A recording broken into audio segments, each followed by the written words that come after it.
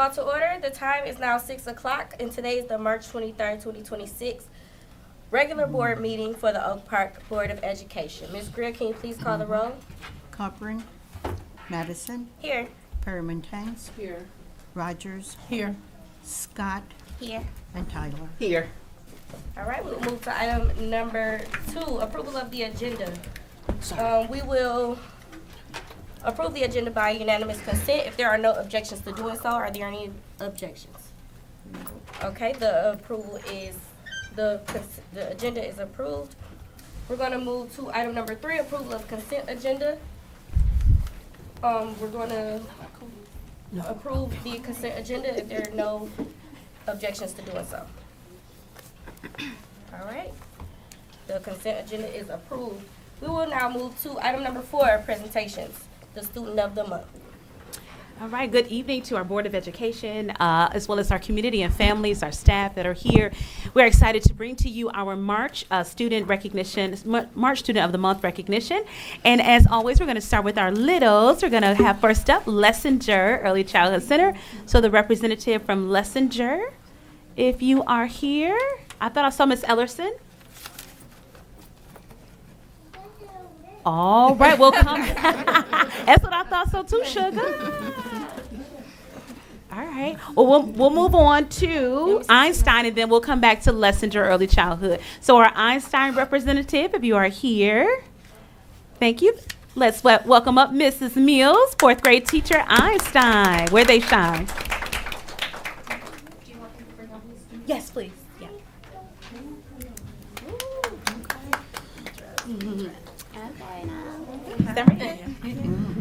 Good evening, everyone. Good evening. My name is Mrs. Mills, 4th grade. And I'm going to be bragging about Michael a little bit, okay? Just a little. Okay, in life, the most successful people are those who work hard to accomplish their goals. The 4th grader that I nominated as one of March's Student of the Month is definitely this person. This student is Michael Bracey. Woo! Michael has demonstrated outstanding perseverance throughout 4th grade. Each morning and afternoon, he always walks into the classroom determined to get his work done. Michael completes all of his assignments to the best of his ability, earning top marks, and always turns in his assignments on time. He is full of enthusiasm for everything we do and always has a super positive attitude. Throughout class, he is always stepping into a leadership role. For example, he steps into a teacher-like role by explaining to his group members how to solve a math problem or complete the activity, as well as helping students through a rough moment in order to get them back on task. And I definitely appreciate that, Michael. Due to him stepping into this leadership role, the other students respect him and look to him for help and guidance. He consistently completes his assignments with effort and determination, even when tasks are challenging. Michael demonstrates all of the capturing kids' hearts traits. Michael shows respect, courage, kindness, and integrity in everything he does. He also has the willingness and ability to take ownership of his own thoughts, words, and actions by always doing the right thing. In addition, he is always accountable for his choices and understands how those choices impact himself and others.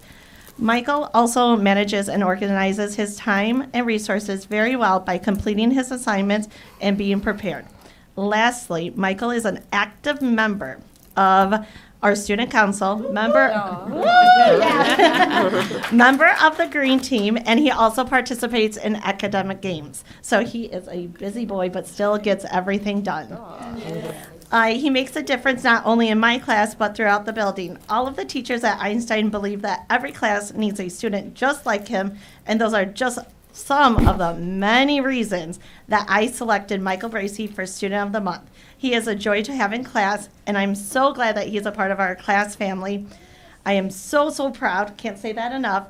Keep up the amazing work, and I can't wait to see all the wonderful things he will accomplish in the future.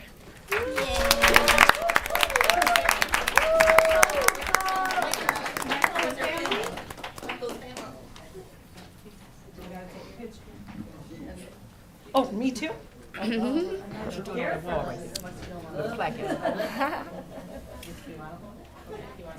So after every student of the month, we're going to take a picture with the family and the student and the teacher.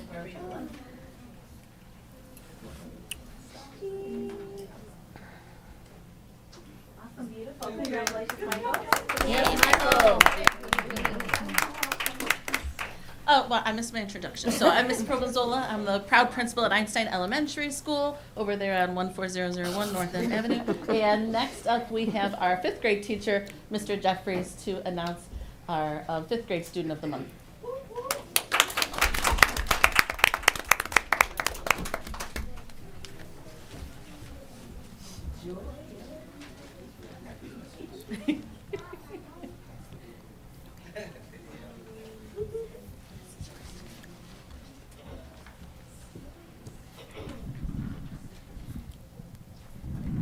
All right. Again, thank you. I am Mr. Jeffries, fifth grade teacher at Einstein. Please pardon my apparel today. It was Exercise Your Mind Day, Spirit Week, so I'm wearing exercise clothes. I got the clothes down. I just need to start the whole exercising thing. So get there. All right. More importantly than that, I'm here to present Jordan Morris.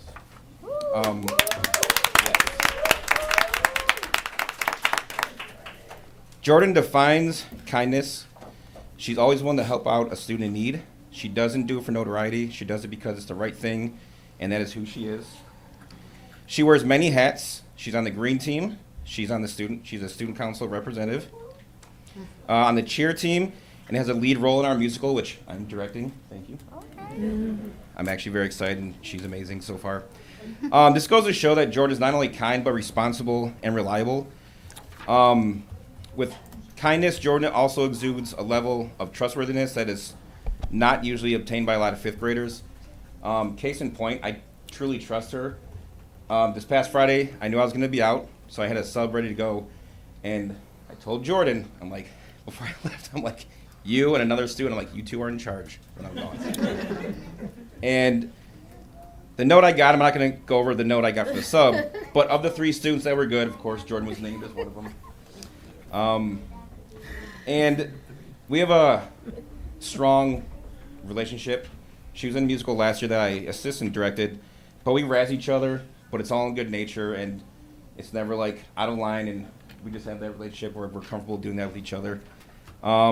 She's a model student, and I'm confident that she'll be a model citizen of her community as she progresses through life, and I'm truly honored to be Jordan's teacher. When is the play?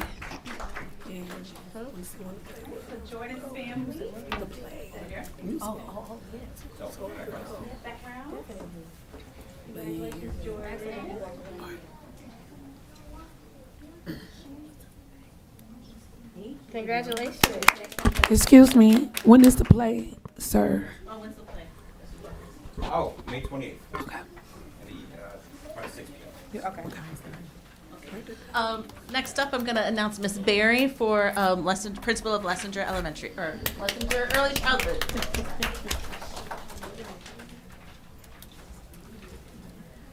Greetings, everyone. Today we're going to honor 2 of our rebels. One will come forth. I have Miss Shanae. She's here for her lead teacher, Miss Dean, and she's going to come up with her student that she's going to announce her award to for today for her student of the month.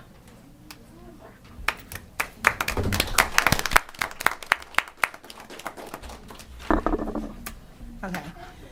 I don't like speaking in front of people. But good evening, everybody.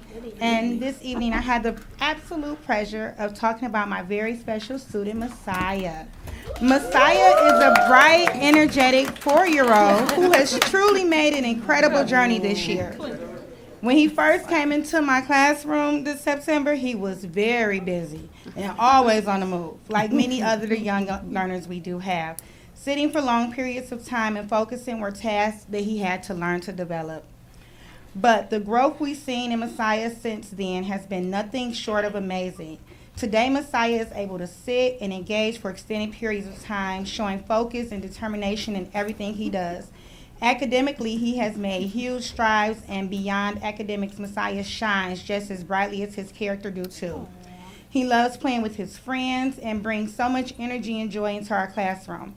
He is kind, helpful, and always willing to lend a hand to his classmates whenever they need it. Oh, and his teachers, too. He tells the subs when we're not around what to do. Whether it's helping a friend with a task or simply being a positive presence, Messiah shows what it means to be caring and supportive member of our classroom community. Messiah's growth, hard work, and success since September make us all proud. He is a wonderful example of what determination, support, and a rebel and love for learning can do. We are so excited to see all the amazing things he will continue to accomplish. Great job, Messiah. We are so proud.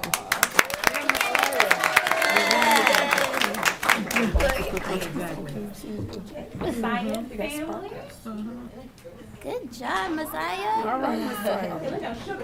Okay. He ready for prom already. Okay. He ready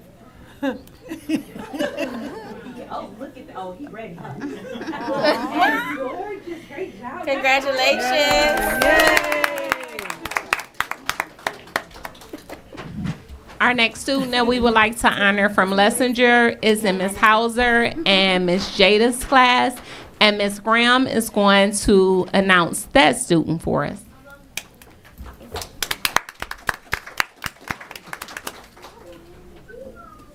Good evening, everyone. Good evening. To our cabinet, our interim superintendent, and everyone, I am glad to announce our student of the month, Mr. Jamari Coleman.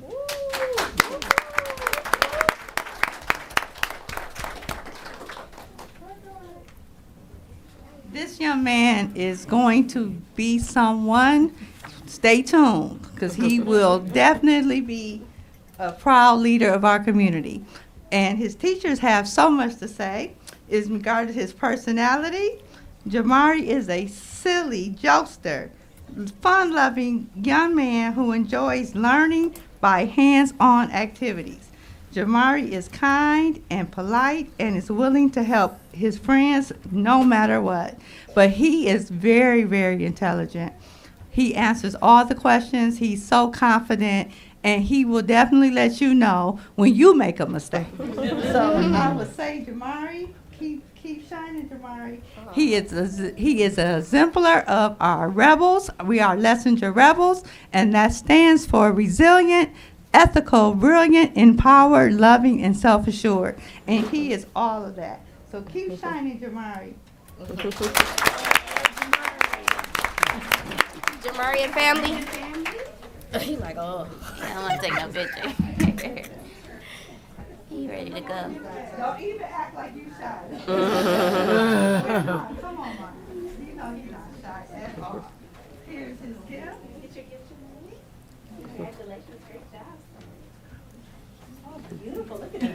I know that's right. It's front sugar long. What you doing?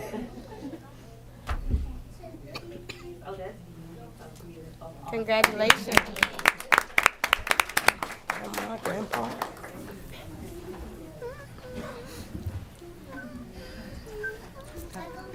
And now I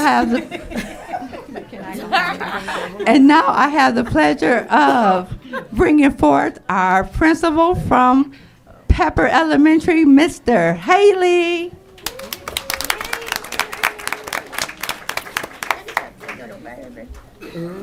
I gotta update that.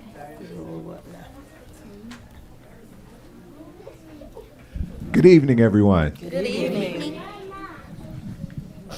I'm Emmanuel Haley, the proud principal of the Dr. James N. Pepper Elementary School, and I would like to present to you one of our shining teacher stars who will introduce her students of the month. I present to you Mrs. Jennifer Snow.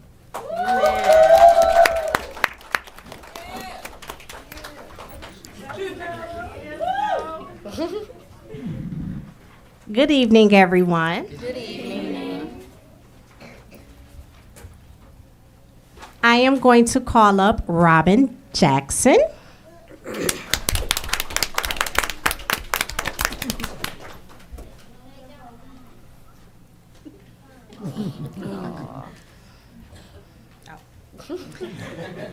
I'm am a hugger. I chose Robin Jackson for numerous of reasons. Robin follows our social contract from the beginning of her day all the way to dismissal time. In our social contract, we listed that students should demonstrate kindness and respect. In our classroom, she exhibits just those qualities. She uses her manners and is very sweet and polite, not just to me, but to her peers. She gets along with her peers and staff around the building. She works hard and pays attention during instructional time and turns in quality work. She has a love for reading because after she has completed her work, I often find her in a good book. She follows the social contract in other areas of the building as well. She walks down the hallways quietly, and I always get a good report from her special teachers. She follows the Pepper way. She stays safe, she's responsible, and she is respectful. I also want to thank her parents for being very loving and supportive to Robin at home. She's a direct reflection of you all. And I want to thank you for being supportive to me this school year. It is an absolute pleasure to have her in my class.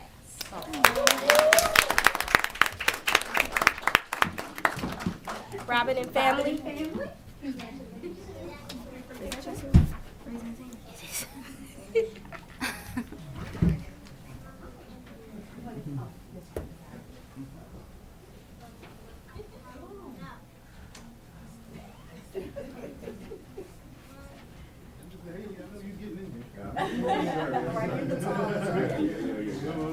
You the reason why we're here. Beautiful, gorgeous, awesome.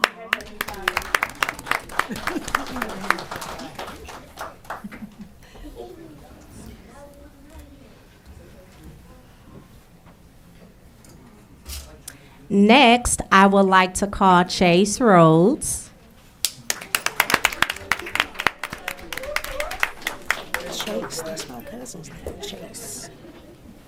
He's not a hugger. I chose Chase as Student of the Month for several reasons. I can count on Chase to live up to the agreements in our social contract. Our social contract also consists of students must be attentive during instructional time and on their assignments. We also have that student must give their best efforts. In class, I can always see Chase completing his assignments, even though he is well on fourth grade reading level for both reading and math, but he still gives me the respect and pays attention and follow along, even though he understands and he gets all of the lessons. Yeah, we could clap it up for him.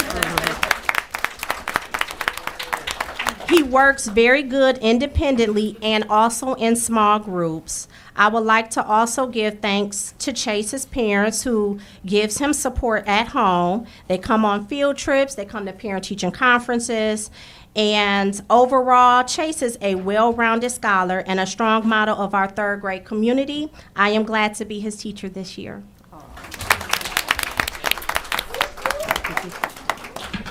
Chase and family, come on, let's take a picture.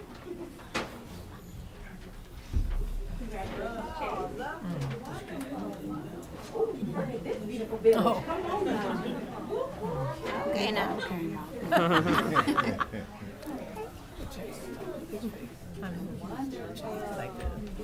All right, Chase. Yeah. 1, 2, and 3. Congratulations, Chase. Yes, Chase.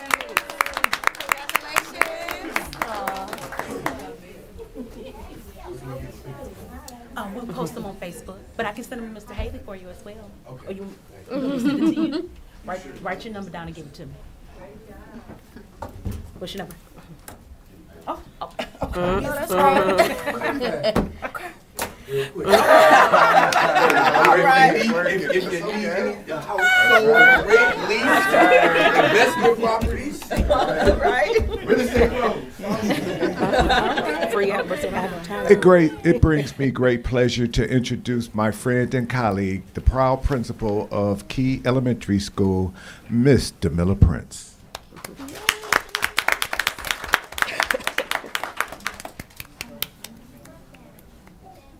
Good evening, everyone. Good evening. I am Demilla Prince, the proud principal at Key Elementary.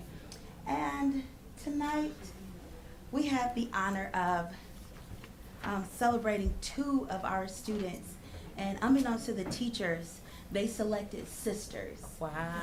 However, we were notified this morning that they have been under the weather over the weekend. And so, being that we selected sisters, they are both not feeling well. And so they are not here. However, I have to read just a quick paragraph about both of them. First, Miss Raquela Wilborn, Student of the Month for Miss Henderson's kindergarten class.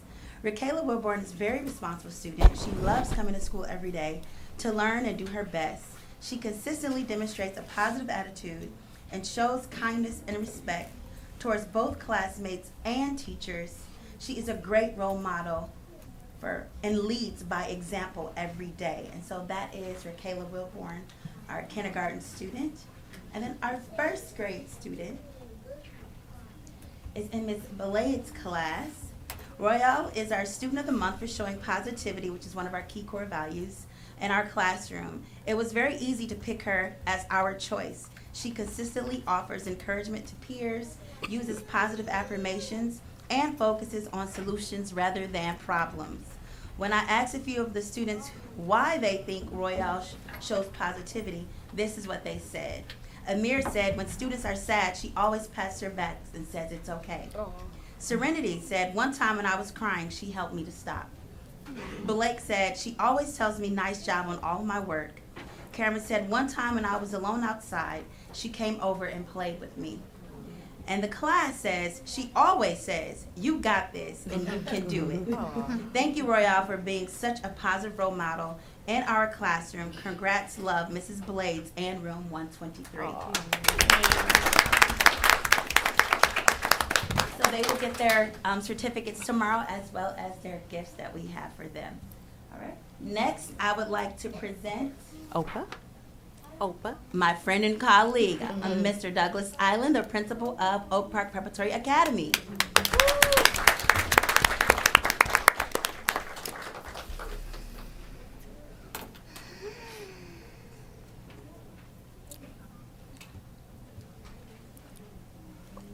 I saw him in the hallway. I said he was in the hallway.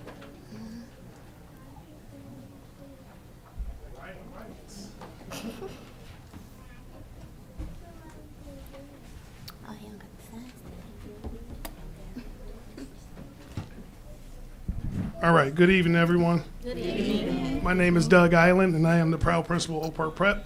And this evening, we have the privilege of honoring 2 of our wonderful sixth grade scholars. Our first scholar, Latia Rimmer. Oh, Key Falcon right there. Woo, woo. Key Falcon right there. Hey, Latia. All right. Latia's teachers had this to say about her. Latia Rimmer has been selected as March 2026 Student of the Month for her outstanding contribution to the classroom at OPA. Latia consistently demonstrates high levels of class participation, is always engagingly thoughtful in lessons and discussions. She is known for her friendly and respectful demeanor, treating both her peers and teachers with kindness and consideration. Latia goes out of her way to support her classmates, creating a positive and encouraging learning environment for everyone. Her intelligence and strong work ethic make her a standout student, and her teachers describe her as truly enjoyable to teach. Latia is a wonderful role model for her peers, and we are proud to recognize her achievements. Keep up the excellent work.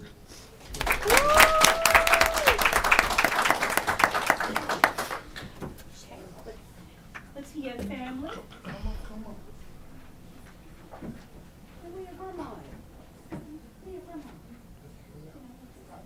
I got your yard sign out in the hallway. There's a lot to bring in. How y'all doing here?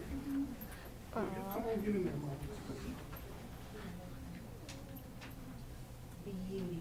Congratulations.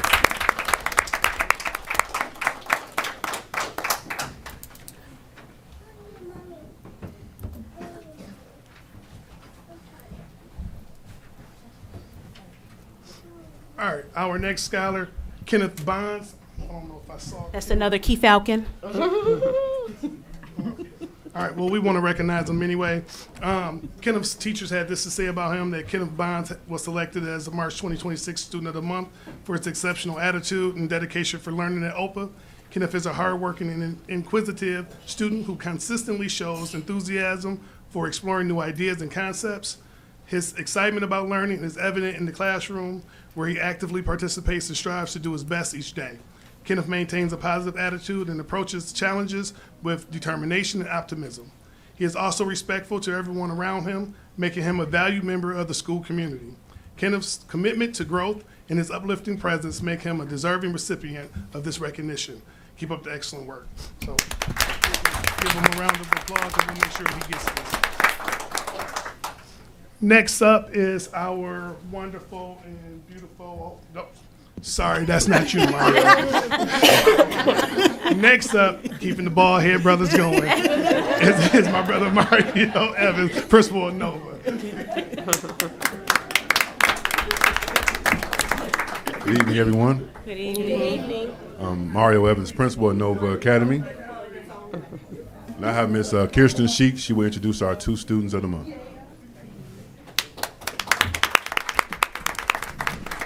Hello, good evening, Ms. Murphy and Board of Education.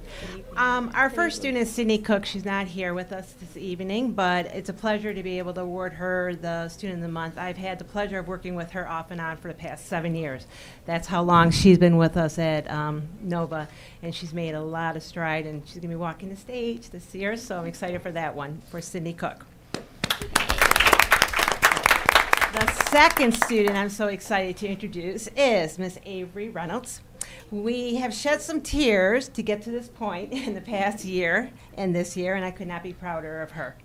Avery has worked her tush off the past 2 years to walk across the stage in May, and witnessing that moment is going to be truly special. Not only is Avery an incredibly hard worker, but she is also one of the most polite and selfless students that I know. She would give anything of herself to help someone else, and her character is something others should look up to. Avery, I'm so proud of you, and congratulations. Avery's family. Avery and family.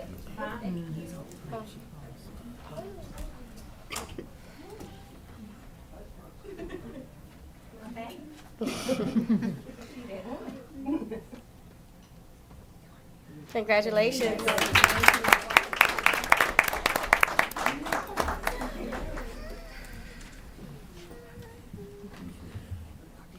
Oak Park High School, Fuller. Thank you. Up next, we have Miss Desiree Fuller with Oak Park High School.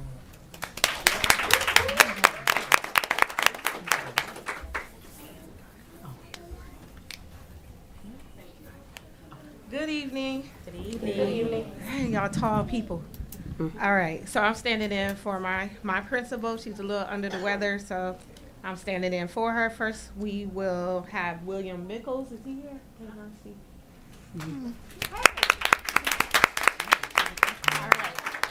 William is a member of the innovative class of 2026. He is a senior. Give it up.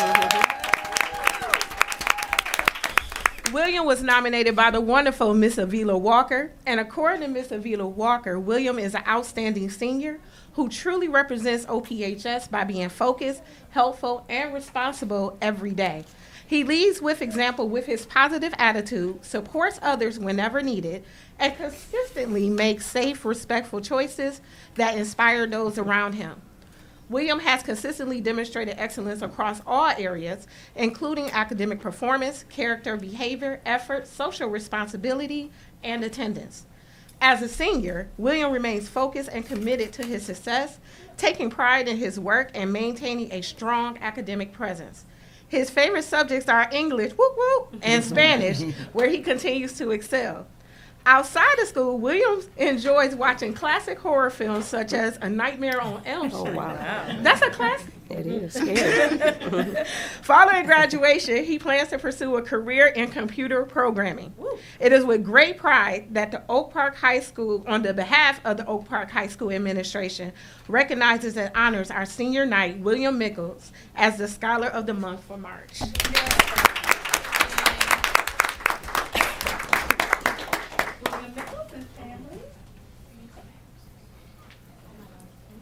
Will. This is for you. You don't want to be in a picture? You been working? You want me to crash your picture?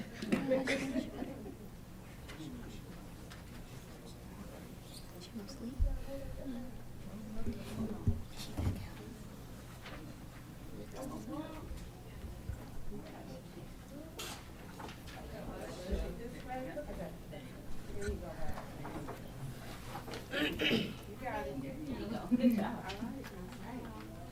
One, two, and three. Beautiful. Congratulations.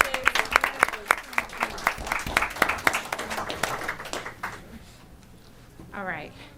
Next up, we have Charles Smith, a member of the legendary class of 2027.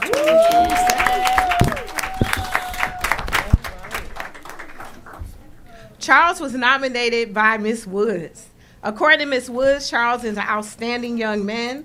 He is very well-spoken, mannerable, and wise beyond his years. Charles is an avid reader, researcher, and speaks like a college professor every day. His conversation and participation in class is that of a well-rounded adult. Yeah. He is on task, positive, and always willing to assist his fellow classmates. Charles could literally teach my world history class. I envision a very bright future for this young man. Charles is an exceptional and mature 11th grade scholar who continues to represent the very best of OPHS. As an only child, he credits his success to the guidance and honesty of his mother, who has instilled in him the importance of living life with purpose, having no regrets, and never giving up on his hopes and dreams. Charles has a strong passion for learning, with English being his favorite subject. He aspires to one day become an author, using his voice and creativity to inspire others. Beyond the classroom, Charles is highly talented and well-rounded.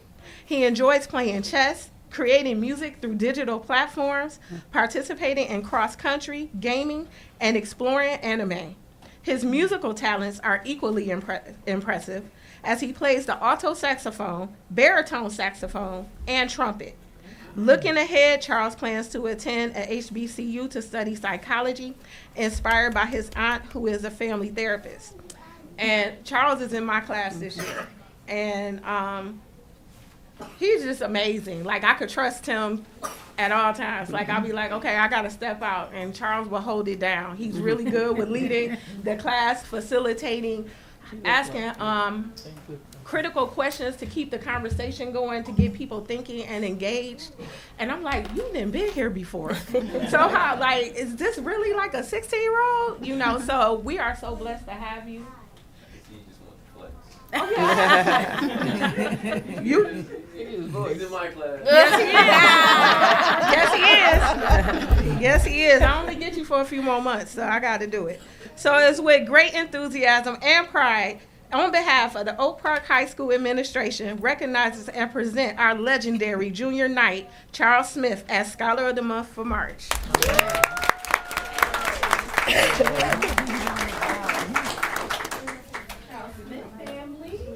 He rolled by himself, y'all. That's right. He got you. Don't worry about yourself. This is for you. He said, let me go ahead.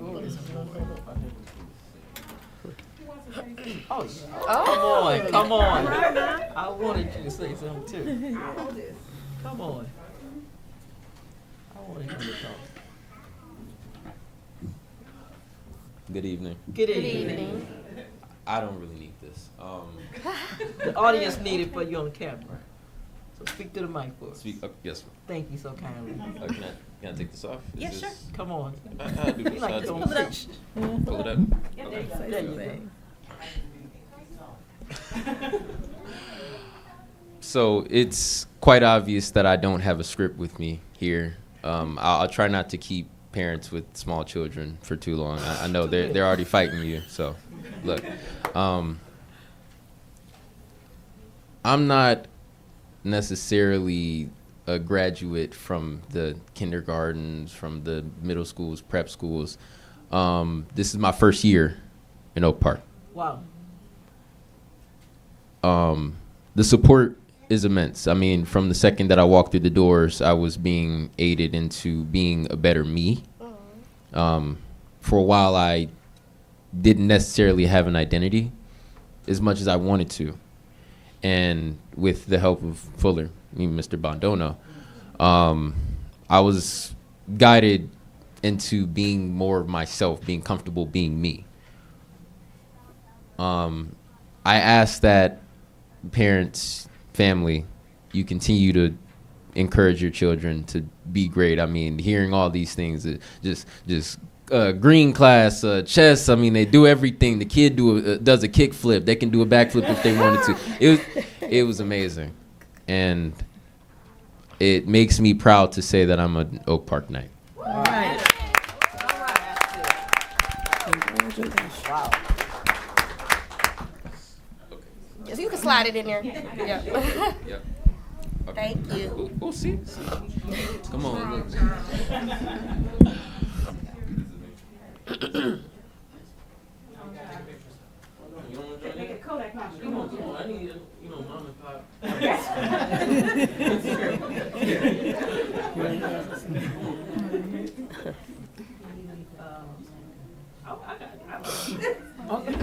Congratulations.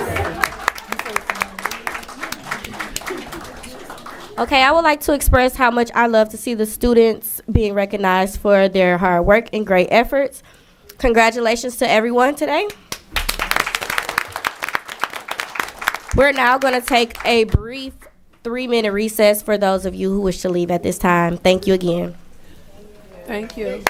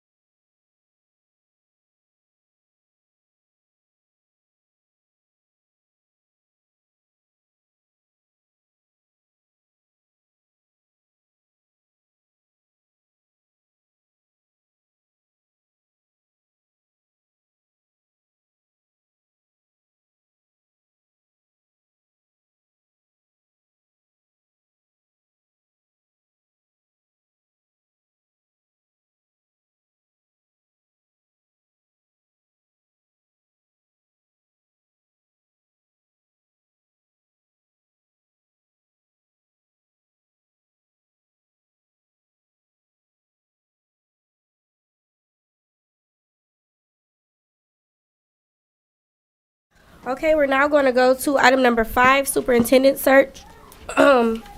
Actually, we're going to do item C, budget amendment by Andrea Farr first. Mr. John Silvery was not instructed to be here until 7 o'clock. Oh, you here? Oh, hello. Okay, just still. Would you like to continue with him, Board President? Yeah, please. Okay, Ms. Farr? just let him do it. Okay. Yeah, just let John do it.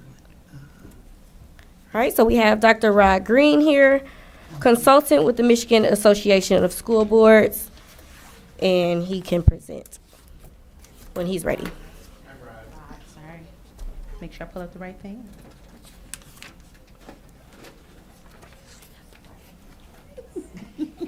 Dr. Rod.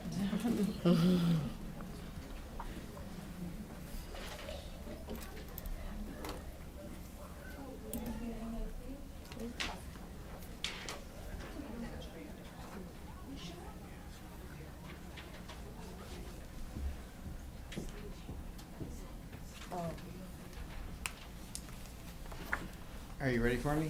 Yep. Yes, we are. Hello. How's Hi. everybody? Hi. How are you? I recognize you guys. I think I know all of you, maybe except for. But anyway, my name's Rod Green. I'm a consultant with MASB, Michigan Association of School Boards, and I was a superintendent for 24 years, and so now I do searches and help out boards with various things and do trainings and things like that. So.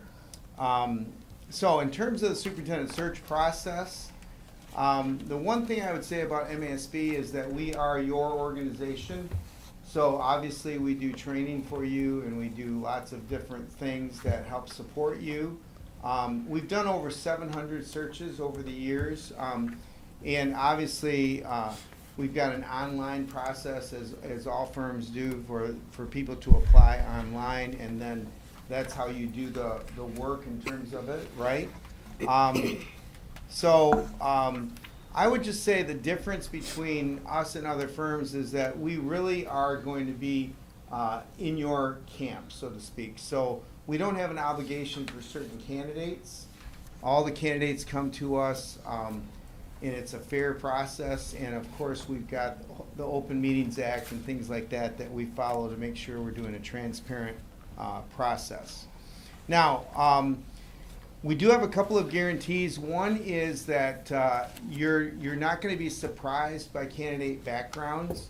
So we make sure that you know exactly what the candidate has in their background in terms of, we do a background search, and actually as a part of that search you get social media, their degree, their current employment, and any criminal activity. So that is known to you as we start the interviews that we would pick. We also have a 1-year guarantee. So if you do happen to run into some kind of trouble in the first year, the search can be redone. But that's only if you participate in the successful search or the successful transition workshop. So we do a workshop after the search is over with the board and the new superintendent, and so that's a part of the fee. Now I think you all probably got the proposal that was sent. Does Yes. this ring a bell? It rings a bell. So you see that in that proposal. So a couple of things for your consideration. Number one, the first thing that candidates ask about is the board. They ask about the board, they wonder about the board, and that's something to be known. They're going to watch your board meetings, they're going to look at your website and things like that, so they're going to be concerned about that. And of course, setting the picture of what you're looking for is really important. So you want to do the stakeholder input and input with the board in terms of what are we exactly looking for, and develop that profile. So how's the process work? Somebody asked me here a couple of weeks ago, is it the right timing to do a search? Yes. You're not too early. Even if you didn't get somebody that started until August, you are still in good shape to start the process now. So the first thing you have to do after tonight in and you do have to approve a proposal of some sort, you have to do a planning meeting.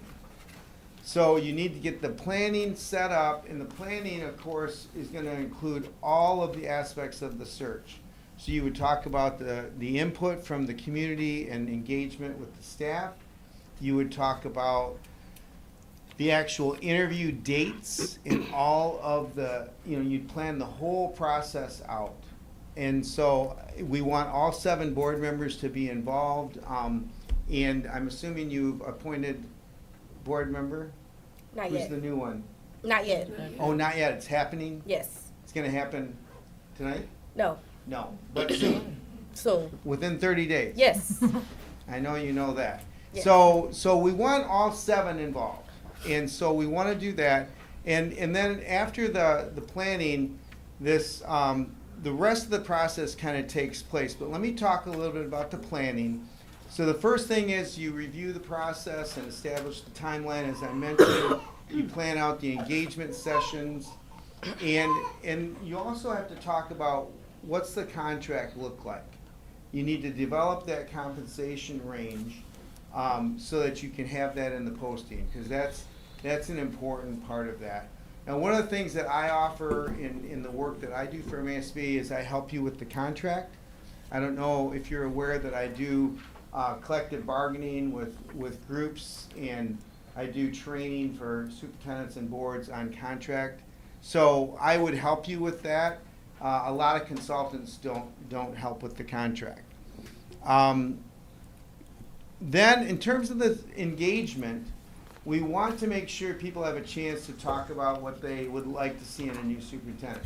So we've got an online process, and then we also would do focus groups. So in the online survey, people will fill that out, and a lot of times they feel like that's sufficient, which it is, but it's always helpful to me as the consultant to come in and talk to people and see what they're thinking about and looking for in terms of the next superintendent. We also have the option of feedback at the interviews. So we want to do feedback forums for the audience, and then for both first and second round, and even in the second round, we'll ask the audience if they have any questions they would like to ask. And so we ask them to write those down and then give them to me, and then I would review and then give them to the board to ask. So sometimes if audience members don't feel like something's been asked that they're interested in, then they'll ask that question, and we can get that expedited for them as well. So then in terms of recruitment, so now you're in this process, you've done some planning, you've done the engagement, we've written the profile, now you're going to be recruiting and talking to candidates. And so I am well known in the search world. I've done over 60 searches throughout Michigan over the last 10 years. And so people know that I do searches, and they will call me and talk to me about this job.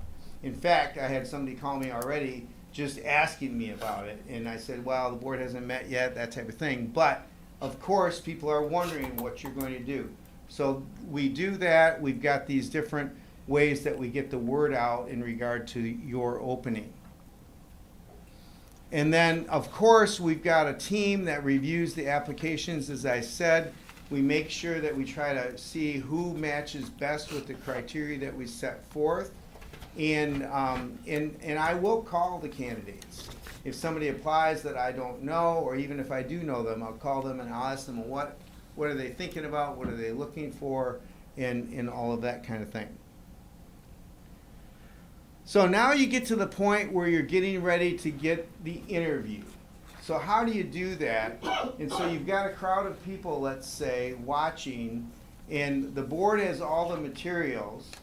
So you get a link from us to review all the materials. So the candidates apply online, they hit submit, and so then I can see all these things as they're coming in. But then when it gets to the end of the process, you would actually get a link where you can click on it, and then you can click on each candidate and go through all of the materials. So you would do that between the time that we give you that link and then the time that we're going to do what we call an interview prep meeting. So at the interview prep meeting, we actually sit around the table just like you are now, and we would talk about each candidate. But we do it by number, so that the candidate has a right to privacy, but we have the right to talk about them. So Tiffany might say, you know, I really like number 13, and I like the middle school experience, I like their STEM experience, whatever. And then, you know, different people are gonna say different things, and then we would get to the point where we actually, who do you wanna see? Paige, who do you wanna see? You can, you know, what's your top 6? And so we actually go through, all of us would, and then together, we come up with 5 or 6 candidates to interview. Now, how many applications do you think you would get? Any idea? Over 150. 100, 200? Yeah. No. You will not get that many. You're gonna get, you know, maybe 20. Maybe 15 or 20. So why is that? I mean, it used to be, we used to get 30 or 35 sometimes, but the pool is smaller and it's more selective, and so you just won't get that many. But you're looking for a certain profile, right? They have to have a certain degree, they have to have a master's degree at least, they have to have usually teaching experience, principal experience. There's things that you're gonna be looking for. So the bottom line is that you're gonna get this pile of information that you're gonna be clicking through and reading, and then we're gonna talk about it at this interview prep meeting. And then we would select those candidates for interview. Now, we're doing all of this in public. So I actually did one of these sessions just a couple of weeks ago, and I had probably 30 people in the audience. And they watched us do this. But we do it all in public, we let the public see what we're talking about, even though they don't know the number, they don't know who it is exactly, they know what we're doing. So then the next day, after you've done this work, I'm calling the candidates, and I'm saying, you've been invited to an interview, are you accepting, here's your time, and I get that all set up. And then the next day, we post that. So then the public now can see who are we gonna be interviewing, and then we have that scheduled. So that's how that works between the board and then posting the names that are being interviewed. And then you're going to get all of the information. So one point I put on here on the materials, it's not where our organization sifts through and only gives you the top candidates. What I will do though is I will give you a memo stating I think these are the top ones, but you see everyone. And so then we make the names public once the interview has been accepted, and then we can make reference calls. But we usually don't do that until after we've seen the candidates in the first round. But you can't do reference calls before the names are public because they're private, right? So you can't do that. Okay, you with me so far? Yes. Are you having a good time? This is fun, eh? Everyone's enjoying it? Okay. So now we're in the first round. And so we're doing this in open session. So people are going to be in the audience and they're going to watch. And we're going to set up the interview room. And we will talk about the interview questions. We did that in the interview prep. So now in the interview, you're actually asking the questions and we're going around the room.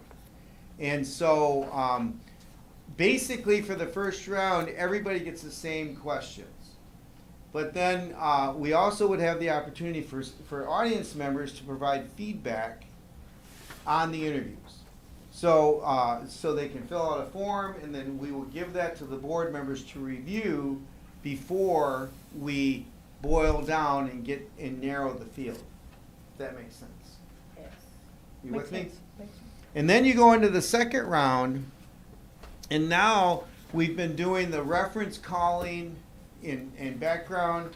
Maybe we did a tour, maybe we've had the candidates come and do an open house with the community, and we might even begin the second round with a presentation by the candidate. And then in terms of the interview questions, we actually can have differential questions for different candidates. So like if you've got a business type person, you might want to ask them curriculum questions. If you've got a curriculum person, maybe you want to ask a budget question. So you can do different questions for different levels based on your first round. So I asked you in the first round, what else do you want to know? So let's get down to what you really want to know from these candidates. And then again in the second round, the audience members have an opportunity to provide some feedback to us.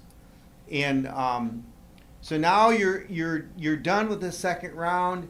Now you're trying to coalesce around one candidate. And so you have a discussion as a board, and you talk about the pros and cons, and then at some point, you're maybe ready to offer the position, and so you do, the motion is something similar to offer the position contingent upon an agreement on a contract. So there's two motions you need to hire a superintendent. One motion is to offer, and then the next motion at some point in the future is to approve the contract. So that's what we're working on.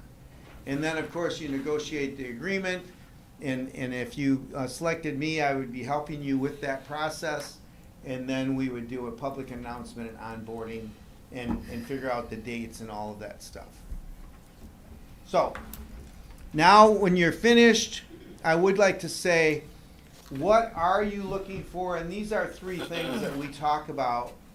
And it's always about what is the need, what's the need for the district, and then what is the talent level of the superintendent candidate that you're looking at. Can they adjust? Can they think? Can they learn? Can they solve problems? You know, how good are they in terms of their talent level?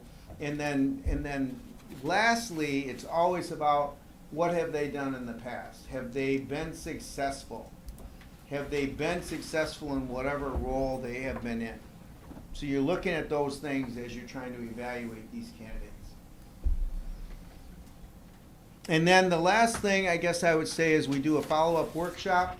So talk about roles and responsibilities, expectations. MASB has an area representative program. So I'm actually your area rep for this county and for this area. And so I visit the new superintendents in the area, so I would come and visit the new person here and have that support.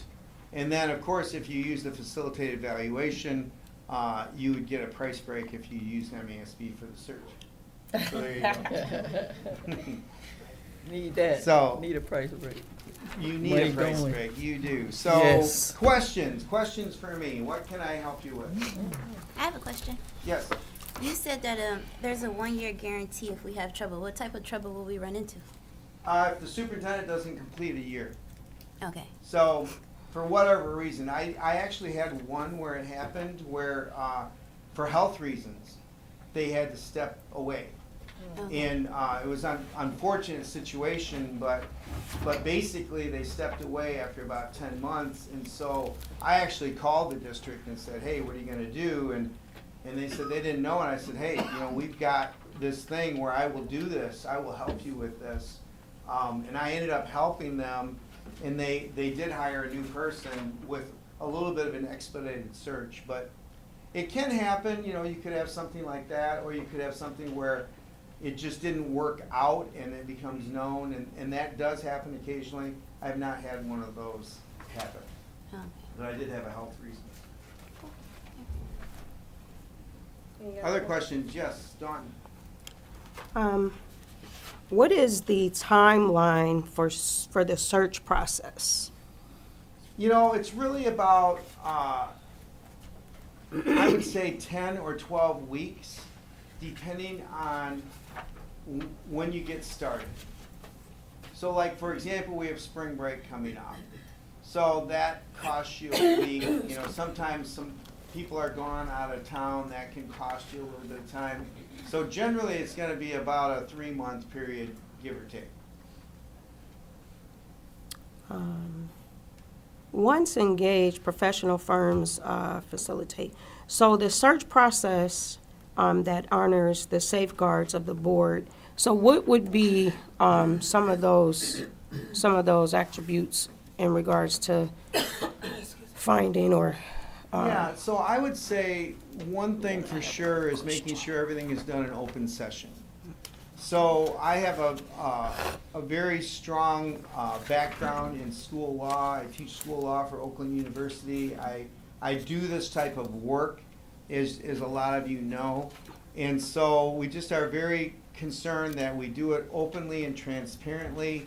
Make sure that you follow the rules in terms of how it works at the actual meetings. All of that type of stuff would be done properly.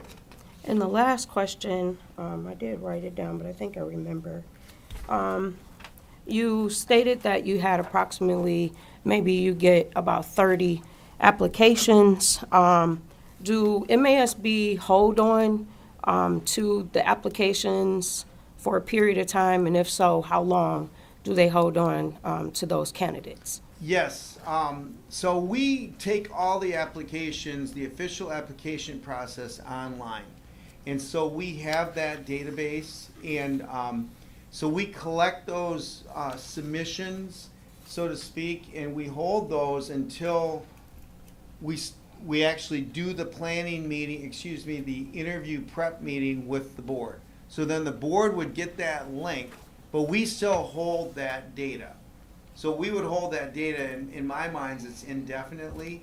I know the law talks about 3 years, holding applications for 3 years and things like that.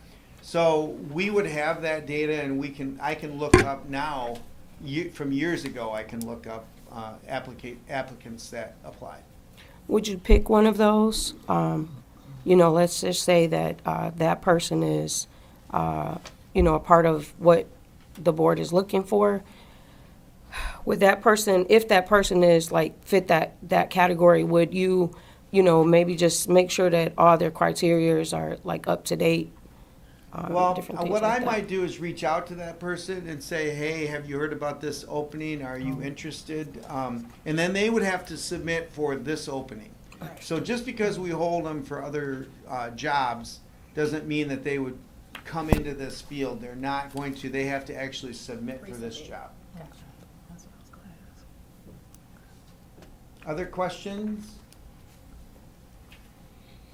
All right, thank you, Dr. Rodriguez. That's it? Yeah. All right, thank you guys. Thank you.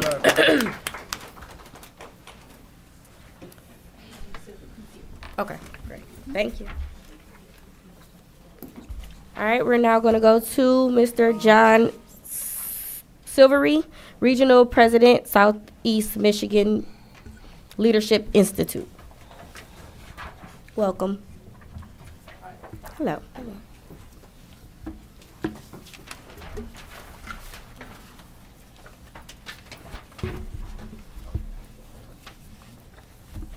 Just giving you a second to catch your breath. I know you just finished one presentation. Ready? Yes. All right. Good evening, folks. Good evening. I'm John Silveri. I'm with the Michigan Leadership Institute. Longtime educator, just so that you know that my background is, I've been a teacher, counselor, principal, central administrator, superintendent, including in Oakland County. My last full-time superintendency was in Waterford School District. I retired from there and have been working with the Michigan Leadership Institute ever since. Done a wide variety of things with MLI, including superintendent searches. Going back as far as 2016, I believe. And during that time, I think I've been involved, I know, dozens of superintendent searches. So I've stayed current in terms of the current challenges of the superintendency. Within recent years, I've been the interim superintendent in Birmingham and Rochester. Also was the interim deputy superintendent in Ferndale. So I've made a point to kind of keep my hands in the business and be aware of what superintendents coming into the field are facing these days. So happy to be here this evening. Happy to present to you on the services that we provide. Just briefly, history of our organization. We were established back in 1998. Our primary focus has been, although we've expanded significantly, but on superintendent development and searches. We've conducted during that time over 500 successful searches. We have over 800 graduates of our SUPES Academy, and I'm going to touch on what that is again briefly. We were formerly privately owned, but since 2018, We've been now part of the Genesee Intermediate School District, which has really been a benefit to us, being part of a very large organization like that and having the benefit of the support that they provide to us. You can see on the screen some of the activities that we do take part in and the services that we provide. Superintendent searches are highlighted there simply because that's kind of our bread and butter and what we're most known for. Our logo says that our tagline is developing, deploying, and supporting outstanding leaders. It's more than lip service. That's what we do. That's our mission. We're very grounded in making Michigan communities better places to live and school districts as outstanding as they can be. And we do that by developing, deploying, and supporting leadership. In terms of development, and I will touch on that, SUPS Academy, Superintendent Preparation Academy. We prepared over 800 educational leaders over the course of years through that. Nearly 25% of the current superintendents in Michigan have been part of our SUPS Academy. The participants represent the diversity of leadership in Michigan. They come from all over the state, all kinds of districts. And we provide executive coaching at all levels too, all administrative levels. In terms of deployment, we recruit and we consult with prospective candidates routinely. We do work with boards and their communities to search for the best fit for their superintendents, with that being the priority. We lead you through everything, through the posting, screening, interview, visitation, and selection processes throughout the course of the search from beginning to end. And we use proprietary documents and procedures to make sure that the selection and appointment are successful. So we guarantee a successful search. I'm going to touch back on that momentarily too. We provide mentoring for the new superintendent for 1 year. That's an automatic part of our service agreement, is that I offer my services to the new superintendent for the first year. And that is to whatever extent your new superintendent wants to avail him or herself of that service. Some new superintendents take very full advantage of that. I have regular meetings with them. They text, they call, they email. We're in regular contact. Some not quite so much. They may have other mentors in their lives that they depend on, but that's a service that comes with our contract. We offer executive coaching beyond the first year if you desire that. We stay very active in professional organizations, including MASA, which is the primary superintendent organization in the state of Michigan. And again, some of the services that we provide and the ways that we support boards are listed there as well. We touched on it earlier. In terms of our expertise, we have extensive and very highly successful experience and conduct ongoing research on the art and science of public leadership. We do deliver leadership and governance academies to folks throughout the state. We do know the requirements of FOIA and the Michigan Open Meetings Act, and so part of our job is to keep you out of trouble throughout the process, and we make a point to do that to make sure you comply with the law.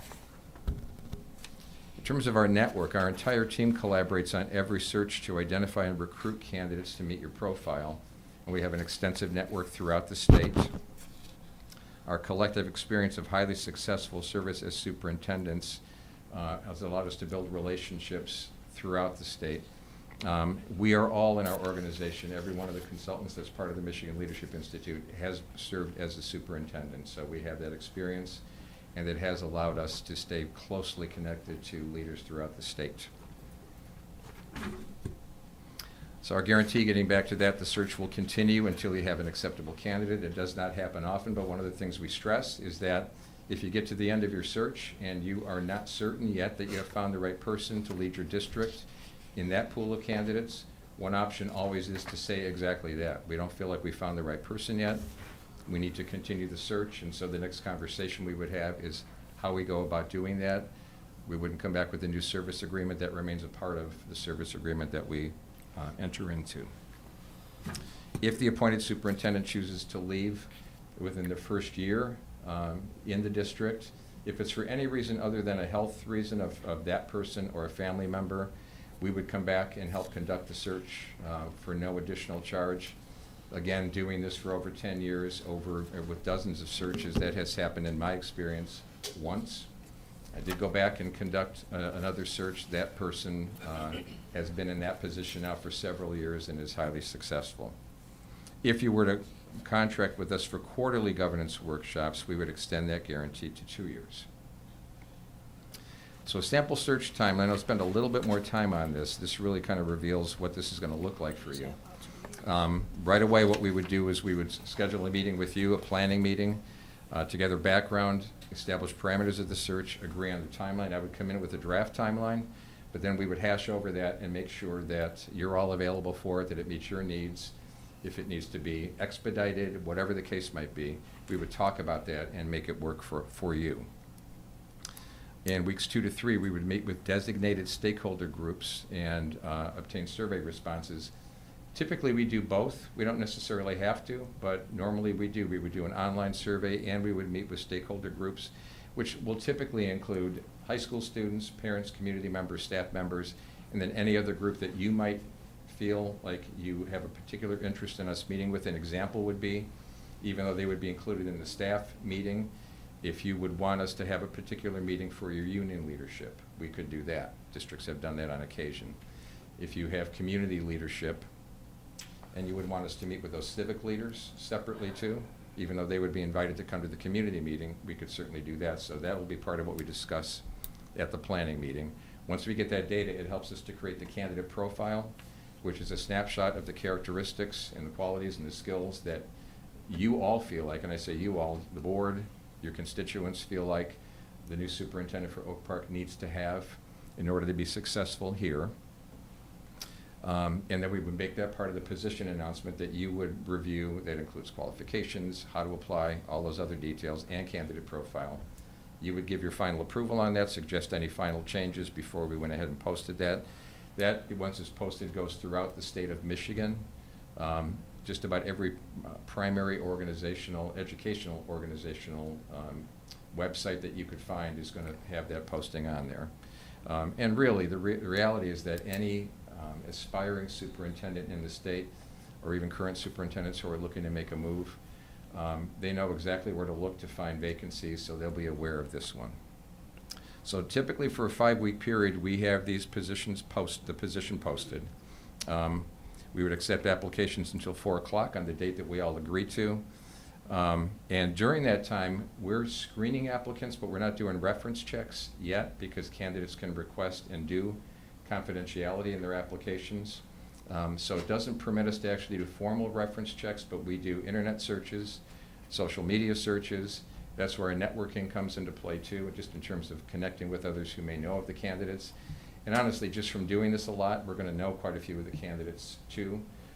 Some of them we may have interacted with as part of the search in other ways. They may have gone through our Soups Academy, etc. Quiet for you during that time, by the way, because they've requested confidentiality. We're not sharing the applications just yet, but we're doing our due diligence that entire time and getting ready to share with you. So when we come back together with you, then we'll meet and share the applications. Some firms limit what you see. We do not. You're going to see every single person that's applied. We'll provide you with a spreadsheet that lists every applicant, their entire work history, all the degrees that they hold. And we break it into 3 groups for you. So we don't tell you who to pick to interview. And the reality is that you can pick anybody you would like to interview, any of the applicants. But we group them to make it a little bit more efficient and easier for you. So the people in the top group are going to be people who are highly qualified and have the most relevant experience. In the second group, highly qualified, maybe their experience doesn't quite match that of the top group, but still worthy of consideration and qualified. Third group are people who either are unqualified or there may be a reason that we believe that you may not want to consider them. And we'll share that with you. In closed session, we'll be able to share anything and everything we may know about these candidates, give you a chance to ask questions. That's informational only, though, per the Open Meetings Act. You cannot deliberate. So you can ask as many questions as you may have for clarification, but we don't discuss the candidates otherwise. When we come back into open session, we'll have letter designations for each of the candidates.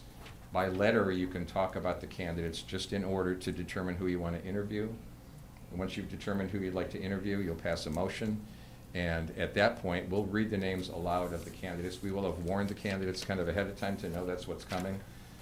But we'll allow them, say, here's the names of the people that you selected, and here is the current position that they hold. The candidates that you have not selected, they should remain confidential. Nobody should even know that they've applied unless they've chosen to share that with others. And during that same meeting, then in open session, we'll talk about first round interview questions, what the first round of interviews will look like, et cetera, and just get you as well prepared as possible for that first round. And just to make the point, by the way, once you go into that closed session and come out of it to get that information on the candidates, that's the one and only time in the entire search you do anything behind closed doors. Everything else is in public, everything else is out in the open, super transparent. So at that time, we can start conducting reference checks formally, and we do begin to do that at that time. First round interviews, typically it includes 4 to 6 people, but we don't limit you. We don't tell you it has to be at least this many or it can't be any more than that. But again, after doing this a long time, it's uncanny that it almost always falls in the range of 4 to 6 candidates. So typically in the first timeline that I give you, we'll schedule it so that it's going to accommodate up to 6 people. If you were to happen to pick more than that, we'll simply adjust that schedule and make it work as best we can. What's really important, and this is going to be a common theme, is during that time for the interviews, we provide an opportunity for people who are present to provide feedback on what they're hearing in the interviews. And typically it's 3 questions. What impressed you about this candidate? What may concern you about this candidate? Or what gives you some apprehension? And do you still have any questions about this candidate? We collect that data, and we could do that a couple of different ways. It could just be hard copy that we pass out, collect, make 7 copies and put them in your hands. We could do it through a QR code where the results come in electronically, and we can easily share that with you too. But regardless, anybody who's here has that opportunity.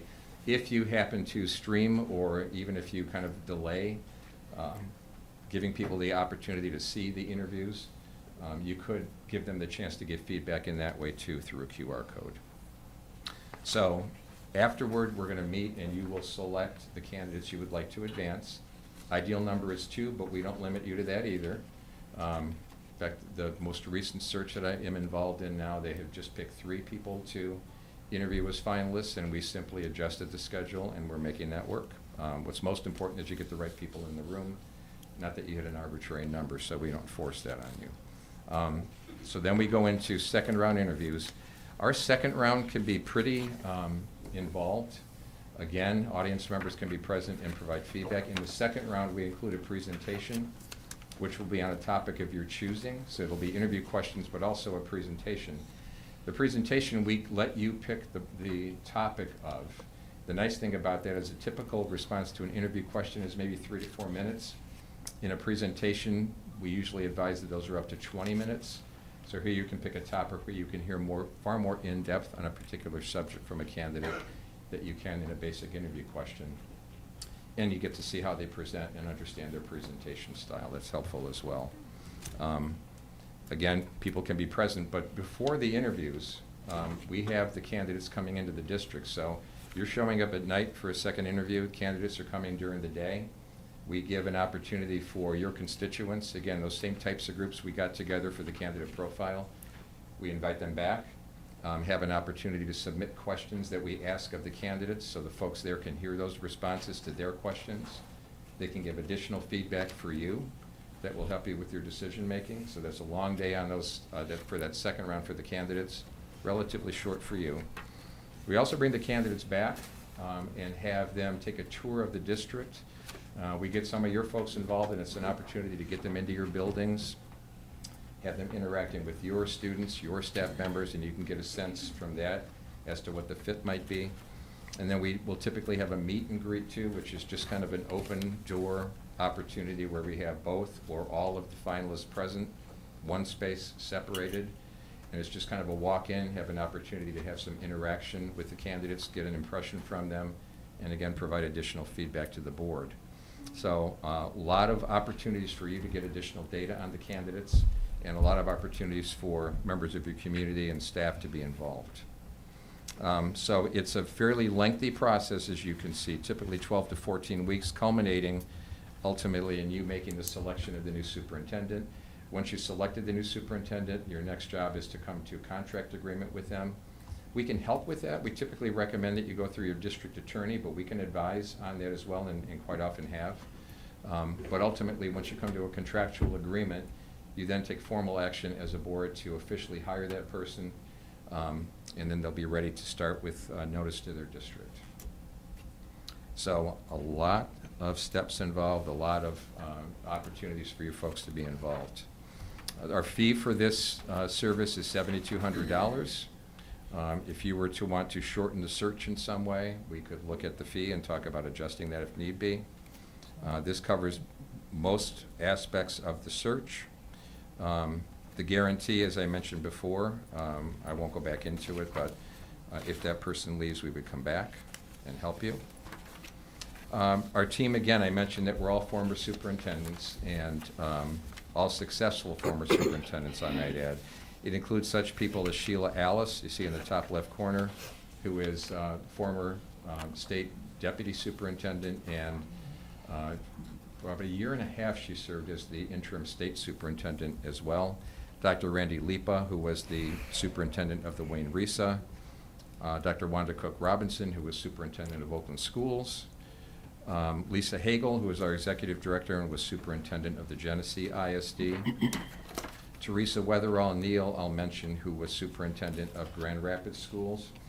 And this is a busy time in searches in the state. Openings are coming up left and right. So it's keeping us all pretty busy. In the event that I couldn't be physically present for any part of the search, Teresa is the person I would reach out to, and she would partner up with me and assist you in getting through your search. So why us? You know, I'm sure you are, as you look at various search firms, fundamentally many of the basic components of these searches are similar. So why would you go with us over another search firm? For us, the superintendent search is a core specialized service. It's not an additional service that we offer. It's at the core of what we do. We do have a deep understanding of the superintendent role because we've all been there. We customize a district-centered search design. We come in with kind of a mapped out process and timeline, but we adjust it to make sure we meet your needs as best we can. It's emphasis on quality over volume. We recruit for this too, and when we do, it's not about increasing numbers. Often what I tell boards too is that we don't want you to focus on the number of applicants. These days, typically, normally, it's about 15 to 25. There are others that kind of either a little bit lower or higher than that, but that's typical. But really, it's not the numbers so much as it is the quality of the applicants in the field. So that's what we focus on too as we reach out and recruit. Our extensive network of outstanding leaders that I think is unmatched in other organizations. The team approach that we take to recruitment and operation. We call it a trusted advisor model versus transactional service. It's not just a business for us. We're your partners in this work, and we recognize the end result of this is that you're making a huge decision that's very impactful for your district, and we never lose sight of that. The customer service orientation that we have, that's something else that we're really very much focused on. We want to make this process as easy as possible for you, as seamless as possible for you, as thorough, inclusive, transparent. We will help you accomplish all of those things. And it's not only important that you have confidence in the process, but that your constituents do as well. And we're willing to put the time in too. You'll find with other search firms sometimes, they kind of put you through the paces pretty quickly. It allows them and you, I suppose, too, to get through these steps that much more quickly. But we think this is such an important process. We want you to be as deliberate as you need to be and as thorough as you need to be to make sure that you do it correctly. And so we'll hold your hand and walk you through it, but we're committed, and we're here for virtually every step of this. And as I said, if there's a reason I can't be here, then my trusted and experienced colleague would be here to support as well. The post-hire support and continuity. I mentioned the one-year mentoring that we do with the new superintendent, but in all honesty, I don't cut people off after a year. I just couldn't in good conscience do that. So I have people contacting me now that were involved and hired, 10 years ago, and they'll still occasionally pick up the phone with a question or a concern, and of course I'm going to be able to help them out.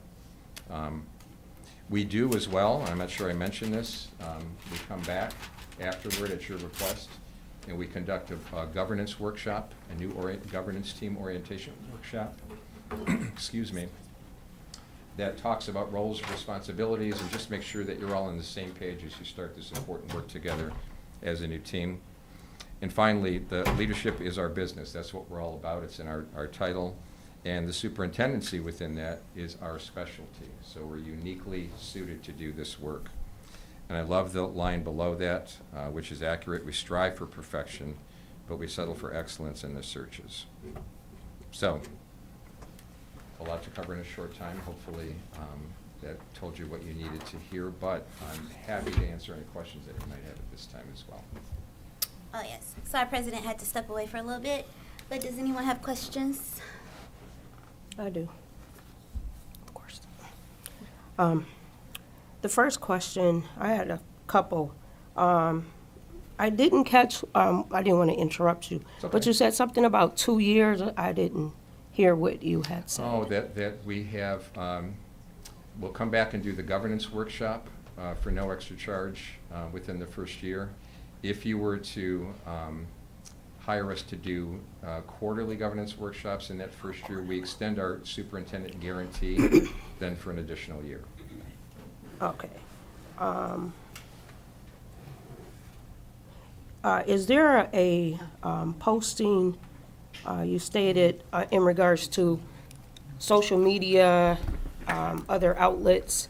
The posting, is that included? Is it unlimited posting to those outlets with that rate?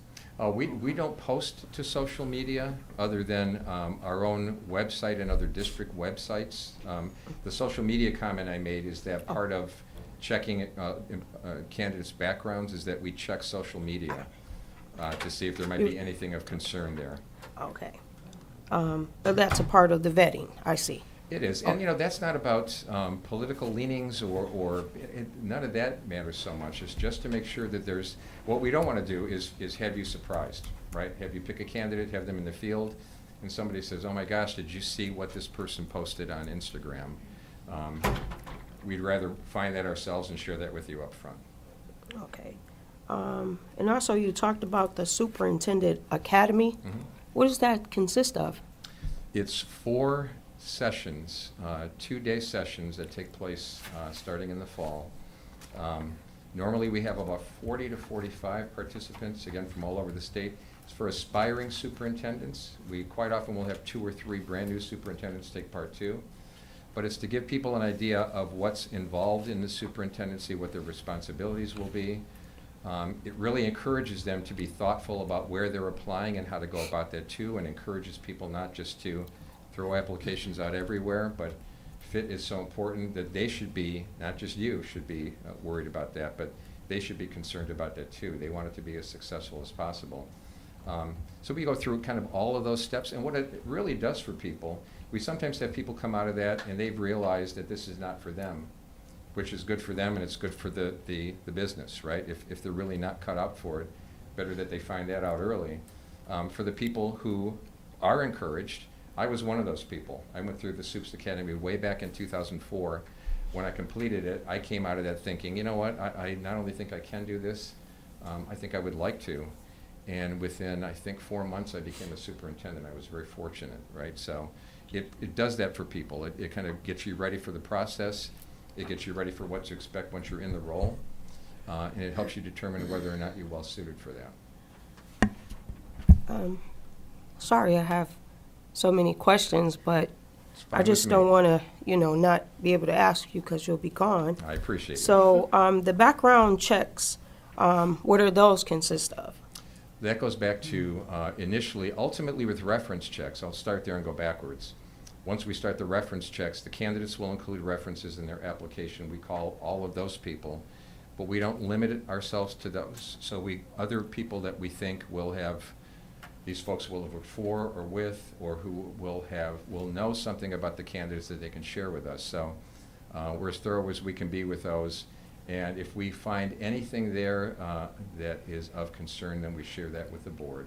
But prior to that, until we reach the point where we can, again, that's internet searches. We'll look for newspaper articles that may be out there, whatever the case may be, however they were mentioned on the internet. Sometimes we find wonderful things that we're able to share with you, right? Sometimes it's things of concern. The social media checks too. But part of that is too, and we've got to be a little bit careful about that. I can't call colleagues and say, this person has applied in that part because it's confidential. But I can just say, this is superintendent search season and we've got some candidates out there. who are considering applying to local districts. Do you know this person? How do you know them? What do you know about them? What have you heard? So that's an important part of it too.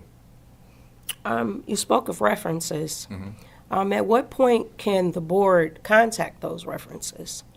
We encourage you to leave it to us, but what we invite you to do is if you know of people, if you have a personal relationship with people, you happen to have, for example, if you go to the Oakland County Superintendent Association and you get to know some of your fellow board members from other districts, here you have an applicant from that district, and you'd like to reach out to this person that you know and ask them what they think, you're more than welcome to. But what we try to avoid, if we have 7 board members and the search consultant making reference checks, we could be bombarding these people, and we don't want that to happen. So fundamentally, we ask that you leave it to us, but invite you to contact folks that you may know in the districts that these people are coming from. I have 3 more. How long do you hold your candidates for, as far as like in your archive?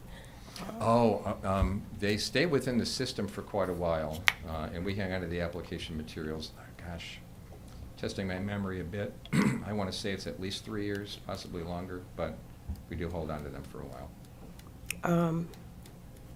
Eliminating the clients, like the prior, how do I ask this question? I wrote eliminate. I tried to write keywords to remind me what I was saying, but that was 5 questions ago. The be canceled. The contracts that you mentioned, looking over those, at what point will we be able to look at those contracts? Is that? I'm not sure what contracts you're referring to. Help me out.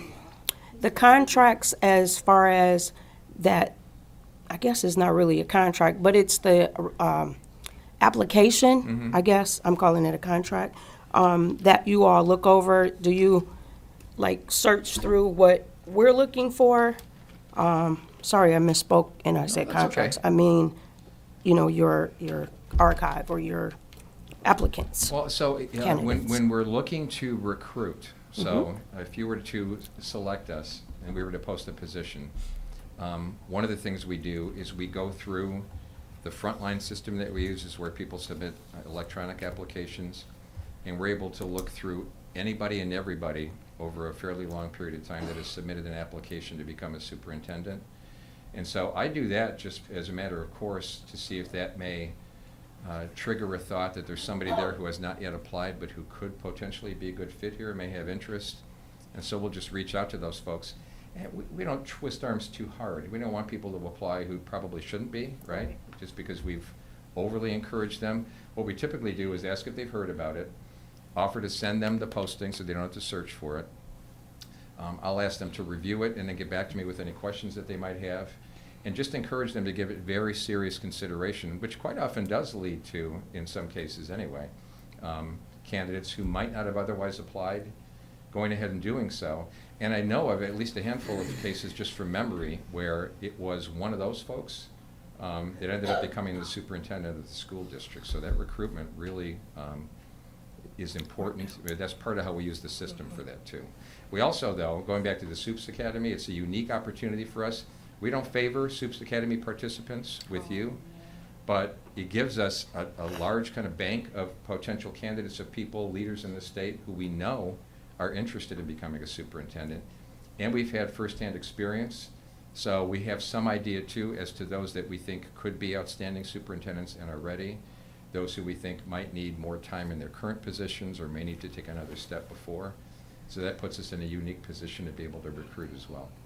Thank you. Sure. I have a few questions. Will we know if that candidate was in the was in the academy? Yes. Yes, we can share that with you. How long are they in the academy? I think I started to go there. I'm sorry. They're 2-day sessions that take place over 4 months of time.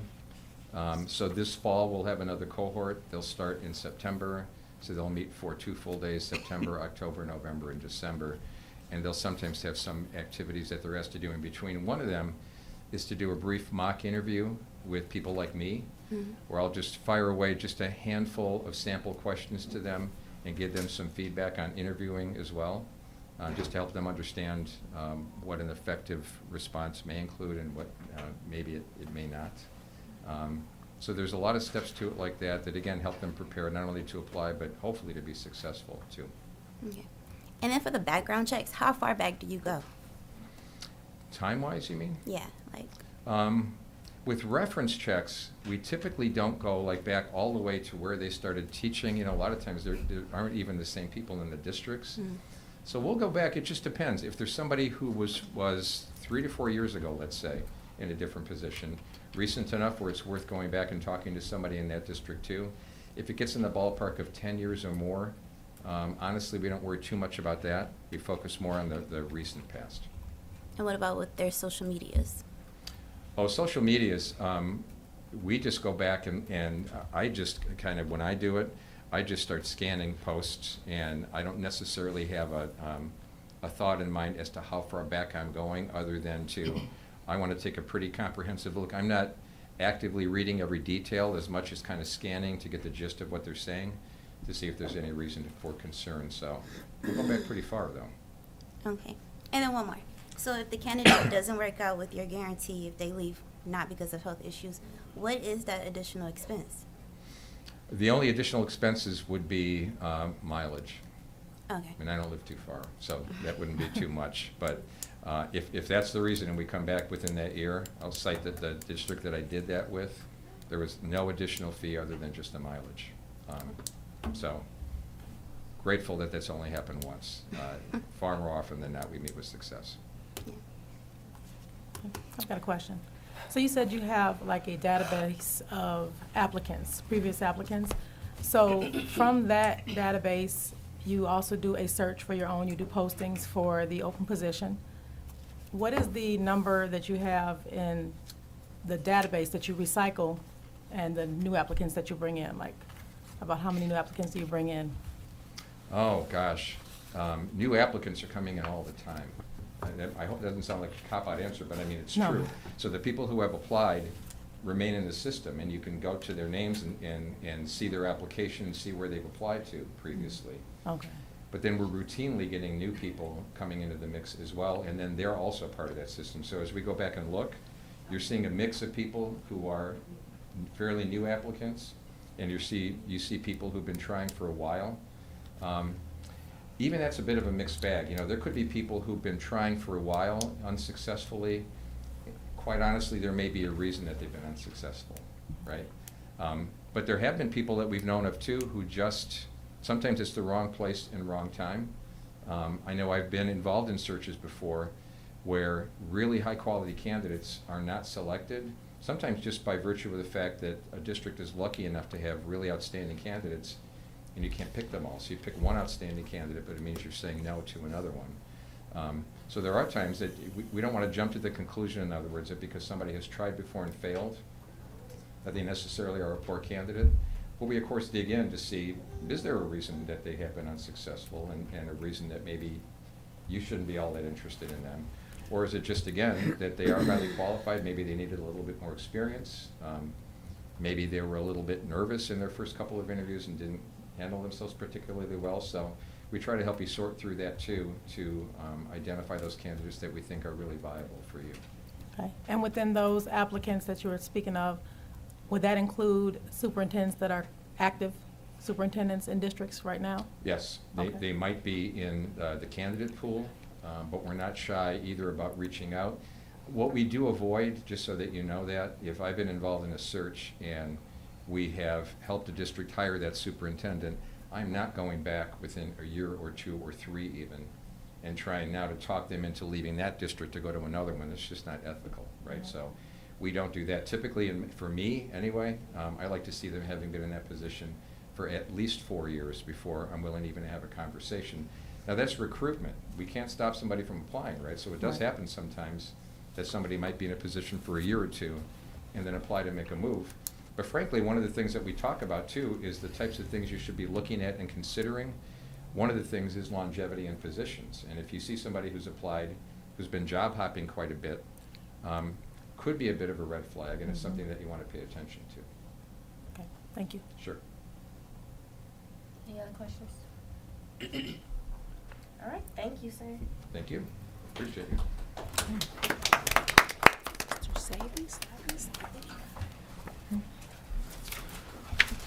We will now go to item number 5C, budget amendment. Andrea Farr.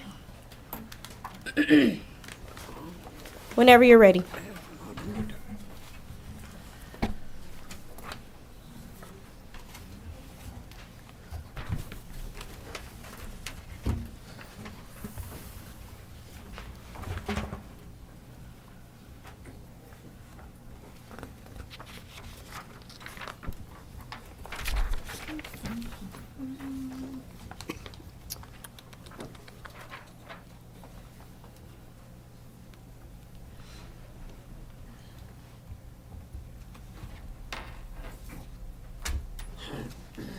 Shayna, how did you make this bigger?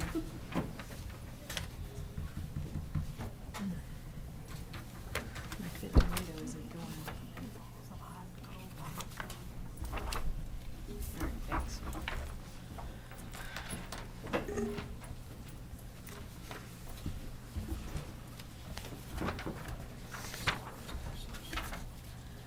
Hi, everyone. I'm Andrea Farr. I'm the finance director here at Oak Park. Does everybody have this in their packet? Yes. Yes. Okay. So that's the 2025-2026 fiscal year, second amended budget projection. So, as you know, I'm new to this, and in reviewing historical data, the original budget, there's two important things that you should know. The original budget that you all approved was originally developed and produced for you in May of 2025. By law, it has to be approved before we can spend anything in the next fiscal year, so we had to approve that early. And you all also approved when our auditor was here doing our original budget amendment for next fiscal year in 26-27 as late as we can in June so that we capture more expenses. So the original budget was done in May of 2025, and the first amended budget was done in early October of 2025 as well. So what that means is that the original budget was developed and presented, and the first amended budget was developed and presented before two things happened. It was before the audit was finalized for 24-25, and it was also before the state budget was ratified. So both of these events materially impacted our starting point for this fiscal year. So if you're looking at your handout, the first page that we have here, okay. Flipped it too far. Here's a summary. Okay. Yeah. The original budget was the fund balance as of July 1st, 2025 was estimated to be at $12.5 million. And you can also see this on the first page of your handout here. Down here at the bottom, these last rows. Right. When the audited numbers came in, and they were adjusted to capture all of the expenses for the previous fiscal year, our starting fund balance is $11.446 million. So our starting fund balance, once all of the expenses for last year were taken into account, has dropped by $1.1 million. And again, that's last year's recognition of expenses. Additionally, our revenue has also declined. There's three things that I want you to keep in mind when we're doing this. The first and foremost is that we have moved Michigan Works out of the general fund. Michigan Works is now its own separate fund. Instead of in the general fund, it's the Michigan Works Fund. And that means that the Michigan Works revenue of $3 million is no longer part of the general fund. This was recommended by our auditors. It's not a loss of revenue, it's just a reclassification that was recommended by our auditors, not in the general fund anymore. So part of what you're seeing there is the movement of Michigan Works away from the general fund. The second part is that our Proposition A state revenue was originally estimated to be $3 million higher than what our actual pupil count came in at. The enrollment numbers is what is the basis for our Proposition A revenue. We get $10,050 per pupil, and we had approximately 2,950 students enrolled this year. So now that we have a real number of enrolled students, which again, the count day takes place in October, was not available when the original budget was drawn up and when the first amended budget was drawn up. So these are actual numbers for our Proposition A that we are receiving from state aid from the state of Michigan. So that has decreased. The third thing that I want you to keep in mind is that the Balmer grant that we received, all of the revenue for the Balmer grant was recognized in 24-25, the prior fiscal year, but all of the expenses are being recognized in this fiscal year.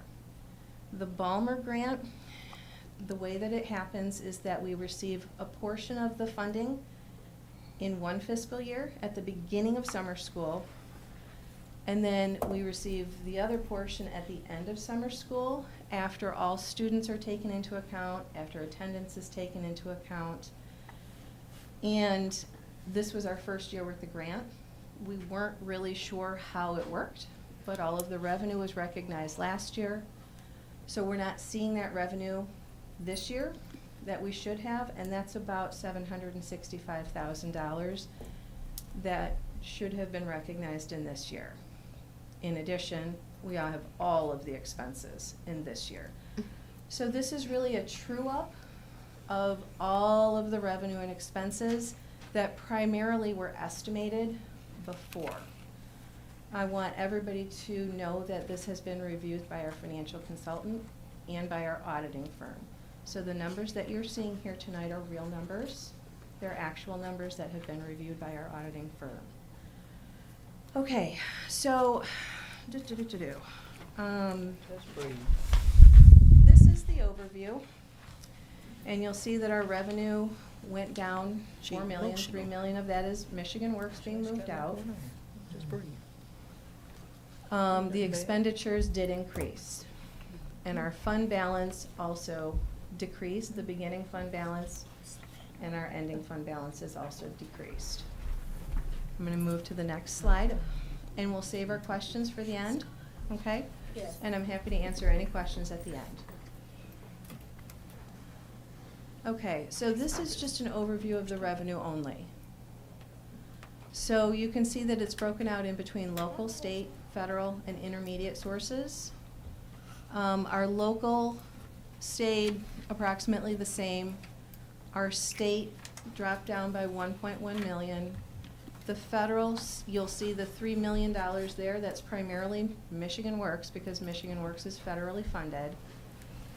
And then the intermediate sources primarily stayed the same as well. So there's approximately a $3.85 million decrease in revenue, 3 million of which is the state of Michigan, 765 of which is the Balmer revenue.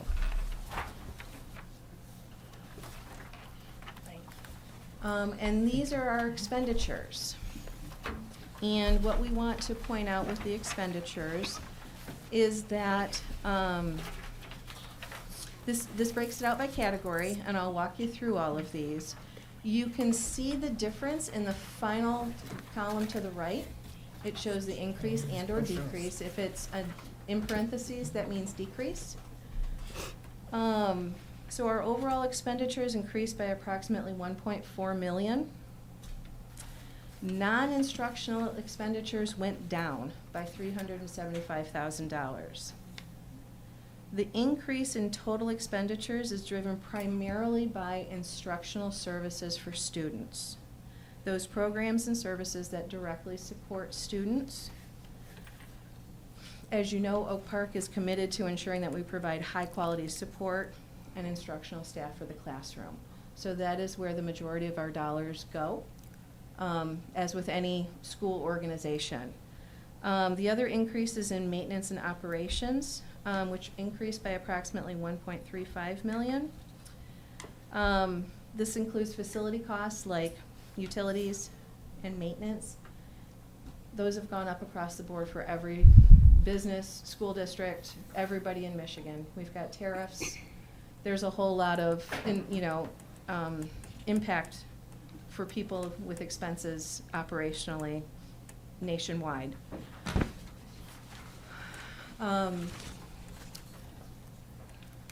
And you'll see community services, there's a big -$3 million. That's taking Michigan Works expenses out of our general fund budget. That's what that -$3 million in community services is as well. So this talks about our assumptions that go into the general fund. You'll see that the blue is instructional costs. There's two assumptions that I really wanted to bring your attention to on this slide. Our retirement rate with the state of Michigan for ORS, the Office of Retirement Services, is approximately 30%. So for every dollar that we send 30 cents to the state of Michigan. Every dollar for wages that we spend, 30 cents goes to the state of Michigan for retirement. In addition to that, and that's not negotiable, that's set by the state of Michigan, we're obligated to pay that. The other thing that we have is we assume approximately 21% cost for health care for each of our staff members. So for every dollar that the district spends in wages, there's approximately a 0.6, if you include FICA as well.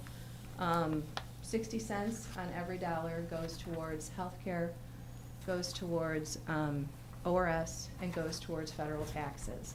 Those are things that are non-negotiable and that we cannot change. And as we all know, healthcare costs are rising, unfortunately, across the board. I think the state of Michigan saw, on average, Mesa estimated approximately a 10% increase in costs just this year. And then the next slide are our recommendations. Implementing immediate spending controls. We want to recommend that we freeze all non-essential general fund supply spending. If it doesn't have to do with instructional, we would like to freeze it for the remainder of the year. We're recommending that we cap overtime or stipends that are not related to instructional. We're recommending that we freeze non-essential, non-instructional hiring. And we would also like to cancel inactive purchase orders. So funds that we've committed, but we've never received the goods or services, we'd like to clear those off of the books, and that releases some of our general fund and increases our fund balance. The other thing that we're recommending, I put enrollment on there 3 times, and that's not a mistake. Our biggest source of revenue is state revenue. For every pupil that is in a seat, we receive additional money. So we really need to focus on increasing the word about how awesome Oak Park is and getting more students to come here. And then we also need to right-size our staffing, making sure that we have the right amount of staff for the right amount of our students in every area that we can.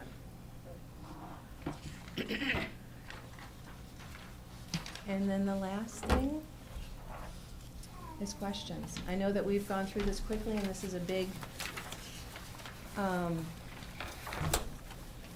item. I may not have every answer at my fingertips right now, but if I don't have the answer, I'll let you know, and I'll commit to getting back to you right away. And every answer, of course, is going to be accurate. I have a question. Yeah. When you guys are doing, like the beginning of the year and you're going by estimates, You don't underestimate, so you don't end up in this predicament? We can't. Oh. So I don't know if you recall our audit report, but the finding that we had was underestimating. When we underestimate our revenue, that is an audit finding, unfortunately. So we try to get it as accurate as possible, and I think that, and the auditors agree, one of the things that we can do best to help this is to do our budget for the next year as close to the end of June as possible, so that we have gathered all of the expenses and all of the revenue that we possibly can, rather than deferring it into the next year and not having a good, clear financial picture. When we do these budget presentations, we have to do it in advance of presenting to you. So that was really prepared closer to the end of April, beginning of May, and a lot of our expenses weren't in, a lot of our revenue wasn't in. And doing it in the middle of June would ensure much higher accuracy. And another question, I just don't understand the Balmer grant. So you have to pay for the expenses this year. Why? I don't really get that. Do you want to talk about that, Shayna? So the way summer school works, it starts last week of June, all the way through July. So a lot of the expenses come in the next fiscal year, because our budget goes from June 30th to, July 1 to June 30th. So if summer school starts June 22nd, the end of the current fiscal year is June 30th, so that's like a week in the current year. And then the rest of summer school goes to the end of July. And so a lot of those expenditures, even though the Balmer revenue was recognized as we got awarded it in the previous school year, the expenses did not happen until the next fiscal year, unfortunately. Now that we know better, we'll do better in recognizing that revenue and making sure we attach the appropriate expenditures to because it's spanning 2 fiscal years, right? Attaching the right expenditures to the right fiscal year and then offsetting for the next fiscal year. Is that like saving? Like, so whatever you didn't spend for the Balmer grant, like save it for this? Can you do that? Not necessarily. Now, the Balmer grant does help us to offset a lot of operational costs. So obviously, we pay for teachers for summer school, right? Staffing, all of the activities that we do, field trips. But it also helps us to pay a lot of the operational costs. So we can do a portion for transportation. We can do a portion for food service. We can do a portion for custodial. We can do a portion for utilities. So that's the way in which it allows us to offset. But again, we didn't recognize, unfortunately, those expenditures. We did all the revenue up front, but the expenditures on the other budget. Okay. Any other questions? Go ahead. Good evening. Hi. I was just saying, people was asking me what was I saying when you were talking. I was saying just breathe, because your first time, presenting, you seemed like you was overwhelmed. So that's what I was saying, just breathe. That was it. So my first question, this is a lot, because for months we were saying that we was going to be in a surplus under our previous administration, and now someone has to inherit some stuff that the previous administration done, and now we're going down. Am I correct? That's correct. To say that, okay. I see that we definitely need enrollment for students. We have a lot of teachers' contracts coming up, and so we have to make sure that they are taken care of. I see that, I'm gonna go to the freeze part of this. You're gonna freeze the general fund. So kind of explain that just a little bit more for me. Sure. So with Oak Park, we've got a whole bunch of different buckets, right? Right. So we've just talked about how Michigan Works is now its own bucket, or its own Yeah. fund. We've got a sinking fund, which is tax revenue for operational improvements not related to the bond. We've got our bond fund, we've got our food service fund, but the general fund is everything else. Okay, okay. So what we're anticipating, or what we would like to do, is all non-instructional, non-essential supply orders. Okay. Is we freeze those. Okay. So, if it's not related to instructions of children, no more spending for supplies out of the general fund for the remainder of the year. Okay. Then I see you have freeze of non-essential hiring. So that would not include, because we have shortages, you know. Non-instructional. Non-instructional, I know, let me, but on our math, English, you know, those type, we will still hire. Because we're still short, right? So Absolutely. the non-essential would be something like HR, that we just so top-heavy around here. I mean, that would be Shayna's department to Yeah, identify who that's my non-essential would superintendent. be, Right. but Okay. yeah. I know some people have left, and so that we so top-heavy there. Okay, then it says the cancellation of purchase orders, so kind of give me a little detail on that. Sure, so let's say that, you put in a purchase order to, you know, buy, I don't know, cartons of paper. But the supplier ran out of paper and never delivered it. The cost of that paper is on our books as an expense. But the teacher would need it. Well, we would buy it from another source. Okay. Right, but the original cost while we're waiting for that paper is still sitting on our books. And we need the buildings to tell us, hey, we never got that paper, and then we cancel it off of our books. So that would increase our general fund balance by canceling all of those inactive purchase orders that are currently holding some of our funds for future payment that won't happen. Okay. So where we at right now, with only less than 3,000 students in our district, and if we don't increase enrollment, that means those numbers would double, probably triple within the next 6 months when you all will come back again for a budget amendment, because we need students, but everybody else is being hired and paid around here. And so, I hear you. My other question is,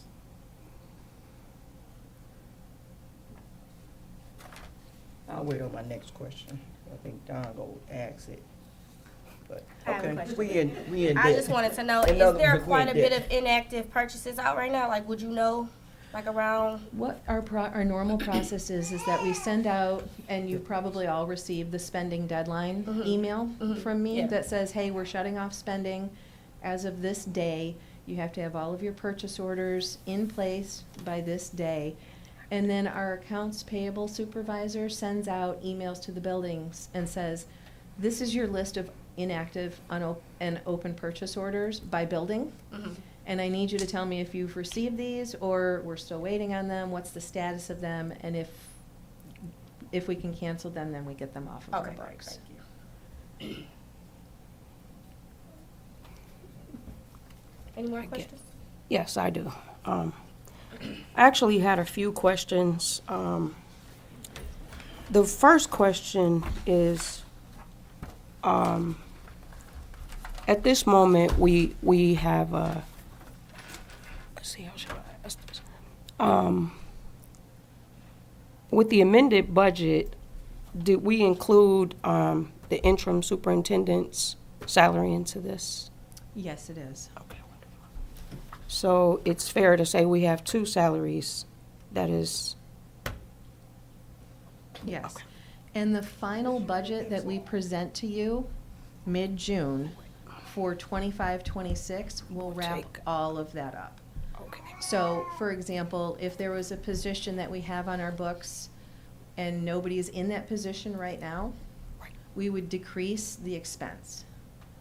If there's an expense that is greater than, we would increase that expense. So there's going to be adjustments based on real, actual numbers.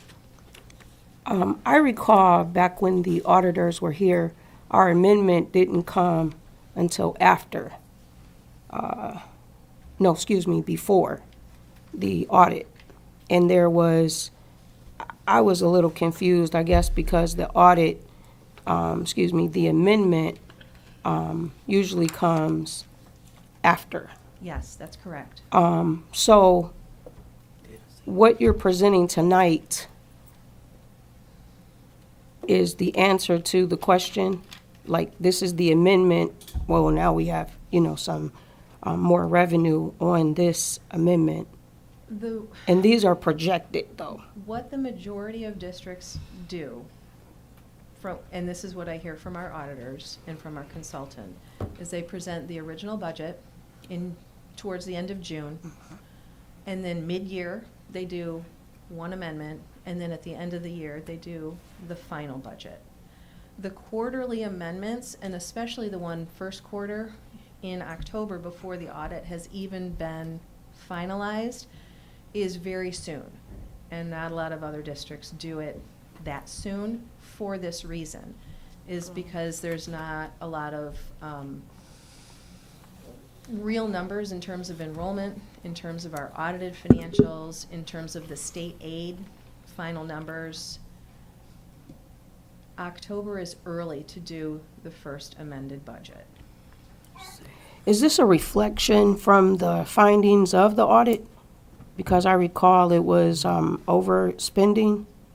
No, we underspent last year, but we underestimated our revenue. That was the overage, okay.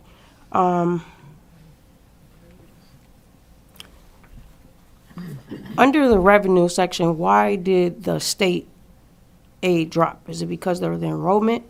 Because the enrollment was estimated to be higher than what it was for Proposition A. So Proposition A came in about $3 million higher on the first amended budget than what it actually came in at. But then the discretionary portion of state aid, we underestimated that, and that came in $1.1 million higher. So there's always a little bit of give and take with the actual numbers. And the first state aid report comes out in October. It's paid October 20th. So it's really good to wait until we see our first state aid so that those numbers can be plugged in here. Last but not least, well, I have just two, but to sum this up, it just seems like the projection, we didn't project properly, or we over-projected, or? We did the best estimate that we could with the information that we had on hand at the time. I definitely don't think it was an error. I think it was just based on the information that was available to us at the time, which was pre-audit and pre the state ratifying its final budget.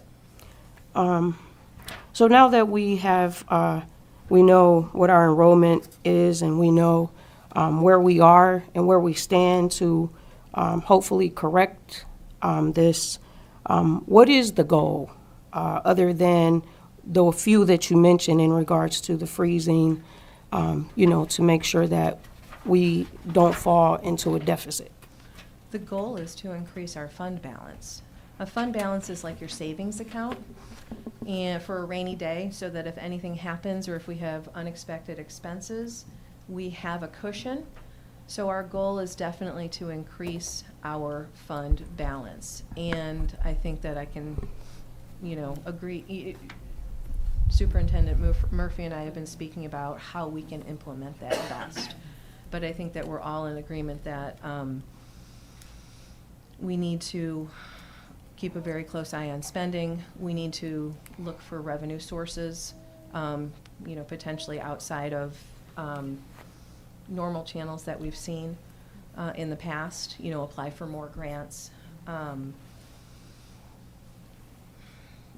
think it would just be my recommendation, if the board would agree, that we would wait until at least we receive the first state aid report to do our first budget amendment.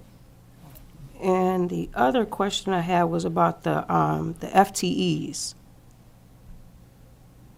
Can you elaborate a little bit about the FTEs?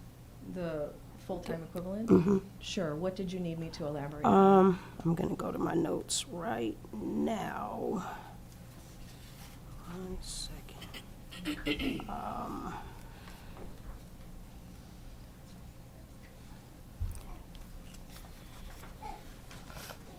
So I put down additional impacts of the budget for all the new positions, even if the positions are temporary. I'm not So sure. how many FTEs was the original budget based on? Well, I really couldn't tie it out to a particular FTE number. Okay. The original budget budgeted for 67% of our budget being towards instructional staff for wages and fringe. The new second amended budget with, more actual numbers, that number's more like 60% of our budget for expenditures. Understood. But the FTE numbers, probably Superintendent Murphy could talk about a little bit more. You, in reference to adult capital, to our staff, or students? Students. Okay. Oh, I'm sorry. I Oh, it's thought okay. you were talking Well, about it adult could be staff. both, but I guess at this moment, before I knew what I know now, earlier when I was thinking about staff, but now the student enrollment is low, so it would be based on the student enrollment for sure. So, $10,050 per student times, just using a number that I think has been consistent for the past 2 or 3 years, approximately 3,000 students. What about the in-service children or students we may have?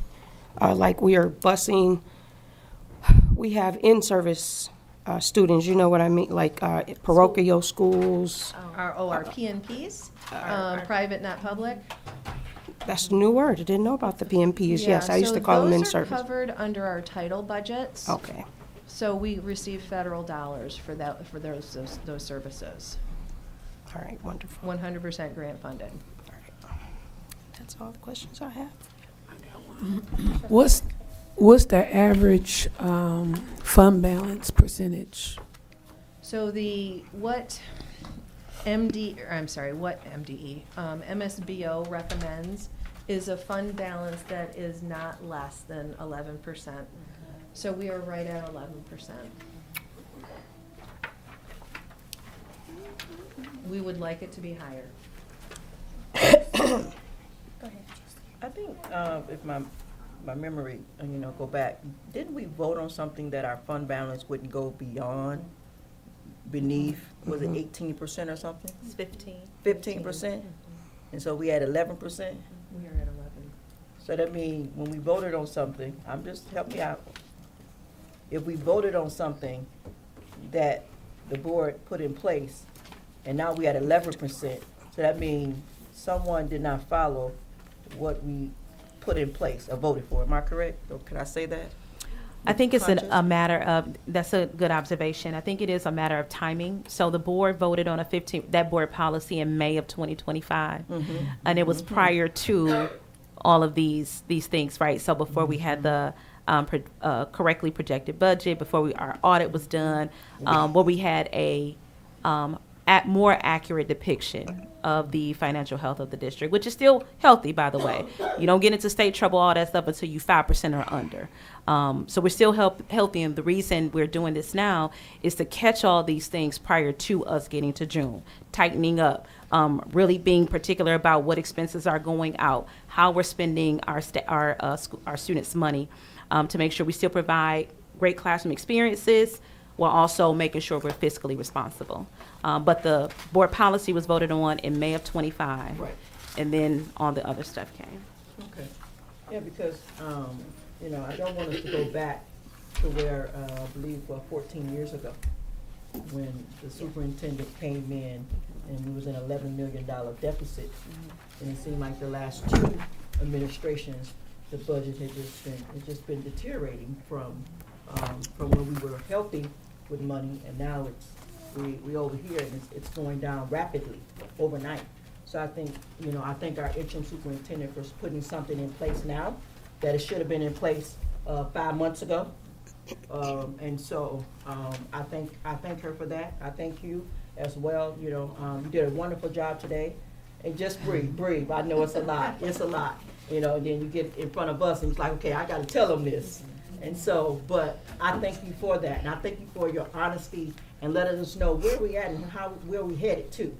And so I just want to say that as a board member, we have to make sure we keep in our minds is that we're here for kids, and if we're not getting kids, then why are we here? And then, so then we have to make sure we got qualified teachers. So, their contract is coming up. We got principals, and so in a minute, we seem like we're gonna be in a layoff or something because this is not good for us. But we had to go back to even come forward. And so I'm good with that, but I'm not liking what I'm hearing tonight. And I'm not liking it at all, what I'm hearing, that we're going down and it's not good. And if we don't get to where we need to be, we're gonna be back in a deficit where the superintendent has to come in here again and do something 11 years ago, taking us out of $11 million deficit to where we gotta come back again. And it's just not fair. It's not fair that we keep going over this same cycle. It's not fair. And so you hear frustration in my voice tonight because it's not fair. It's not fair to her. It's not fair for the next person that we may have to get in here. It's just not fair. It's not fair. And I just feel like we've been deceived right here today, looking at what we have in front of us. And then we come in here, our teachers come in every day, have to go in front of these kids and do what they're supposed to do. But administration is not doing what they're supposed to do. And I'm not talking no slight to our interim superintendent. So we have to do better. We have to do better, being watchful. The Bible says watch and pray. Got to keep your eyes open on stuff. And so I'm frustrated tonight. But I thank you, and you did a wonderful job. Because you still right now, go get some guns. I'm going to let you go, because you did a wonderful job in letting us know where we are. We have to know where we are in order to move forward. And so I appreciate you tonight, for doing what you did, letting us know the truth of where we are and where we're headed if we don't change. And I thank God for our interim superintendent say, hey, let's put this real thing out here to let us know where we at, because we was deceived. That's all I got to say right now, and I'll finish with my closing remarks tonight.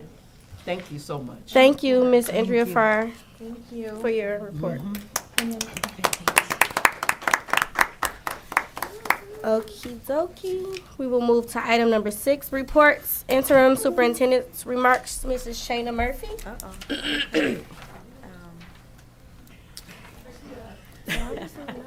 Get you some water, Ms. Farr. She did do good. She needed extra lunch. I think the beauty of this transparency and honesty is knowing, so if we know better, we can do better, That's right? And we can tighten controls. We do have a wonderfully dedicated staff, and one of my guiding principles as a leader is you make the cuts furthest away from kids first. Right. So we look at all of the things that won't directly impact the classroom, inclusive of our staff, inclusive of the materials that students need to get the high quality education, because that is a service we provide. I'm gonna keep saying that. That is a service that we provide. So as we look at the areas where we can't tighten up, now I can't do some stuff about broken pipes and other things, because I gotta make sure kids got water and all of the things, but also that they have highly qualified staff. So we look at things furthest away from classrooms and buildings first. And then we start making right-sizing adjustments in those areas. So just know that we're committed to that. And the furthest away from kids is where we will begin. And that's always the last resort if we have to make any other decisions. But we will not get there because we're making the right moves at this time. Thank you. You're welcome. I was just closing that part out. That wasn't my real remarks. Amen. Okay. Just real quick, we want to highlight the staff members of the month. Look at all our beautiful OPA faces in the audience on tonight. Just a quick shout out to the following staff members of the month. All recipients receive a beautiful sweatshirt that says Oak Park. I'll get some for y'all too. And then a parking spot at the front of the schoolhouse. In every building, they have a specialized parking spot. Thanks to our operations team for getting that together. So staff member of the month, Miss Nicole Graham, parent educator from Lessinger Early Childhood. Amy Shilagowski, academic specialist and Title I teacher from Einstein. Candace Burt, a significantly dedicated para-educator at Key Elementary. Whoop whoop to Candace. For Pepper Elementary, Abby Hurst, one of our kindergarten teachers. At OPA, 6th grade ELA instructor, Kelsey Lorsmania. She just got married a little while ago, so she has that name. Nova, Miss Kristen Trub-Sheik, as our Nova online instructor. Just clap it up for her. She was here. And then at OPHS, Miss Lori, our custodian at OPHS. Received our staff member. So as you can see, we have a wide array of staff members. That's what we call a staff member of the month, because all the village has to come together to make a wonderful experience for our children. So we recognize them. And just really quickly, other events happening around the district. Lessinger, Reading Month VIPs. Great job to our Reading Month committee at Lessinger. They had the opportunity for board members, myself, Mayor McClellan, and Oak Park Public Safety to come out and read to the littles during Reading Month. At Key, they had a DTE presentation to come to talk to the children about energy. Our second graders attended the Detroit Opera House for a theatrical performance on the Three Little Pigs, our second graders. Miss Cornelis and Miss Lauren began the Girls on the Run mentoring program. They had a lot of parents come out for Books and Bagels event during Reading Month. Shout out to that team. And they had over 20 guests at Key come out for Reading Month, included OPA's former Key students that are now at OPA, community partners, business owners, Oak Park Public Safety, and other city officials. At Einstein, we are proud to be a Gleaners distribution site for Einstein. And in fact, the media is coming in April. We'll let you know. They're going to do one of the double year donation days at Einstein. So they'll be interviewing staff and students and talking about the impact of Gleaners in our community. And that's scheduled for April. And Einstein also had a lot of city officials and state officials join them for Reading Month. So we had Representative Regina Weiss, Mayor McClellan, Judge James Horowitz, Oakland County Treasurer, Robert Wittenberg, as well as Oak Park Public Safety. And then at Nova Academy, I am so excited. Nova Academy, shout out to Nova Crew. I see Ms. Washington in the audience. They hosted the Nova Academy College and Career Fair last week, and they had over 32 vendors come to Nova Academy to talk to our students about skills trades, college options, all of those things. And they also invited 150 Oak Park Knights from the high school over to join them for that beautiful day. And Nova also hosted a partnership with the Mobile Secretary of State for students to get their state IDs and to register to vote, right? Okay, civic duty. OPA had the joy, or a lot of been gay afterwards. They took their kids skating. Those students that met their iReady growth target for the winter season, they took them skating, and they had a great time. I can't confirm or deny how many adults got on the skating rink, but I'm pretty sure it was Ben Gay patches in their future when they got home that night. And then finally, I did have a photo, but I know the hour is late, so I'm not going to pull it up. But I just want to give a shout out to Eric Colwell, Oak Park High School Knight. He is the sponsor of our esports program. And I want to shout out Trustee Tyler. She visited, many of you visited our parent-teacher conferences. Thank you, board members. You went to go talk to staff and see. And Trustee Tyler visited Mr. Colwell. And we have a wonderful esports program that is sponsored by Mr. Colwell. It's in its second year. And we're in our competitive play with schools from all over the East Coast. It's esports, so you can play with anybody, anywhere, right? And so our Oak Park Knights, they are the varsity and junior varsity Fort Knights. And instead of, they spell Knights, K-N-I-G-H-T. It's so cute. They have competed in such games as lots of them, and both teams have made it to the playoffs during fall season. Whoop, whoop. And they are on track to likely do it for the spring season. And most schools fear our varsity team, okay? They be wiping people out left and right, okay? They are regularly in the top 20 of the 100 teams on the East Coast. So shout out to Eric Colwell, our sponsor for esports, and all of the Oak Park Fortnighters. KFORTKNIGHT, S, for the wonderful work. And it's a great success of building community and teamwork at the high school. And you can catch them for their next match on Tuesdays at 4:00 p.m. So join them. And that is my superintendent's report. Thank you. Thank you so much. Excuse me, is that this Tuesday, tomorrow? Yes, I'll confirm with him, but I'll see you on the message. Thank you again. All right, we're going to go to item number 7, public participation. Trustee Tyler, can you please read the public comment guidelines? Yes, the Oak Park Board of Education values public meetings, not just in public. We welcome public comments on issues. Speakers are asked to express themselves in a civil manner in due process, invading of others' private and others who may be afforded by public comments. The public comments in the meeting cannot be used to make personal attacks against school board members or district employees. That disrupts the order of the meeting and is totally unrelated to the matters in which the member or employee performs his or her duty. Speakers should be aware that if their statements violate the rights of others under the law of defamation of character or privacy, such comments may result in legal liability. Most comments shall be precise and within 3 minutes, and board respectfully asks that comments remain on the focus and topics of issues. We have Mr. Ted. I think he left. Okay, he must have left. Yes, Next. he left. Was that it? That's it. That's the only one I have.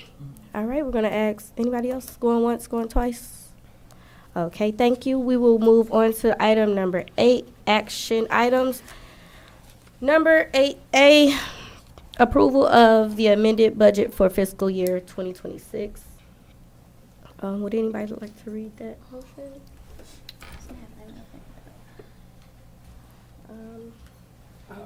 Sure. I got it. I'll go ahead and go. Whereas the Board of Education has reviewed the proposed amendments to the fiscal year 2026 budget. Whereas the amendments are necessary to reflect updated revenue projections and expenditures. Resolved that the Board of Education approves the amended budget as presented and directs the administration to implement it. Second. All right, so motion made by myself, seconded by Trustee Corcoran. Ms. Greer, any discussion on the motion? Ms. Greer, please call the roll. Oh, I'm sorry, I couldn't hear you. Yes. Madison? Yes. Herman Tanks? Yes. Rogers? Yes. Scott? Yes. And Tyler?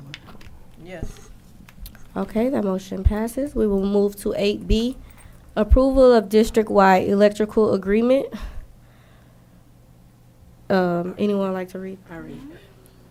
Resolved that the Board of Education approve the 3-year district-wide electrical services agreement with Great Lakes Power and Lighting Incorporated as outlined in the executed contract to be used on a as-needed basis.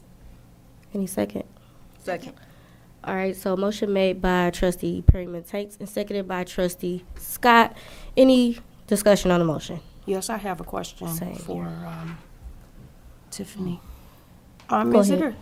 it a reason why the total isn't in the contract, like the possible, like, It's only on an as-needed basis. so if it's needed, is there a price for that?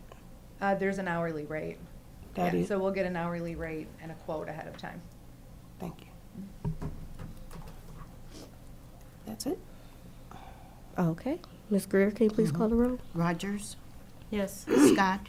Yes. Tyler? Yes. Corcoran? No. Madison? Can I ask another question? Can I ask a question?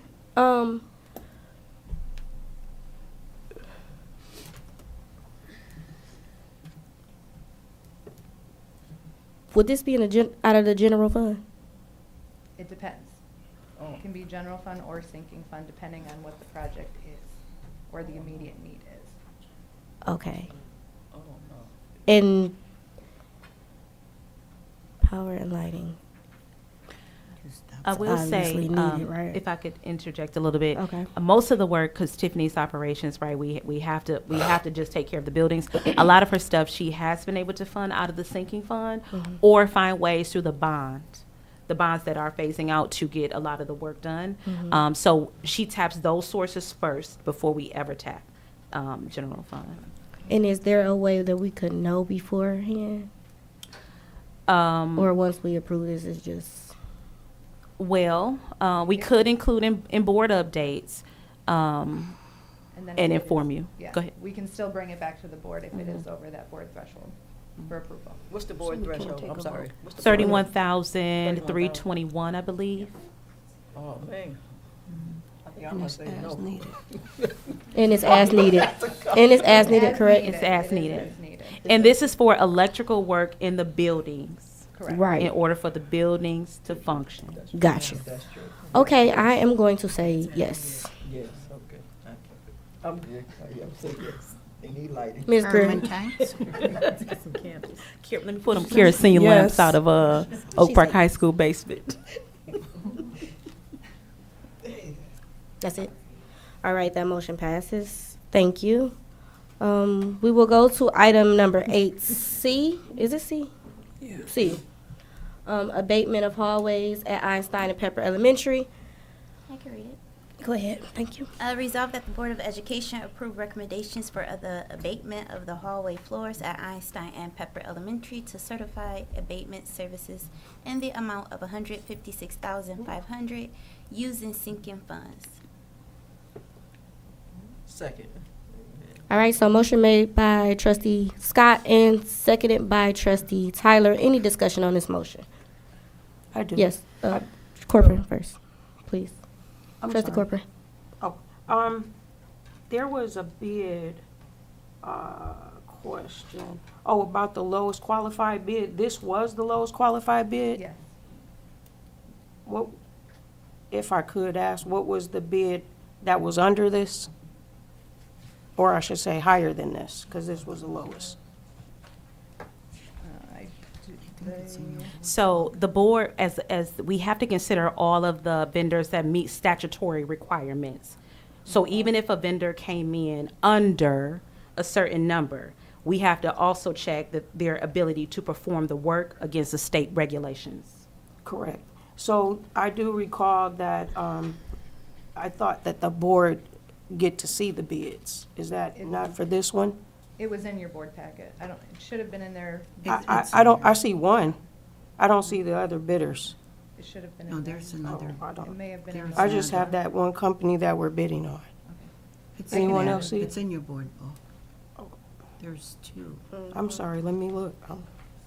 My bad. Apologies. I don't see it. Is it the previous meeting? If it's, yeah, it should have been in this one. If not, it was in the previous board meeting. You said for Einstein and Pepper Elementary, right? Abatement, yes. Yep. Abatement. Oh.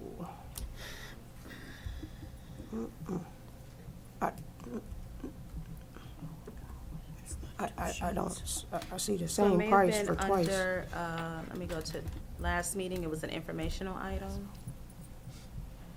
I see certified, and then I see the abatement. The last meeting, let's go there.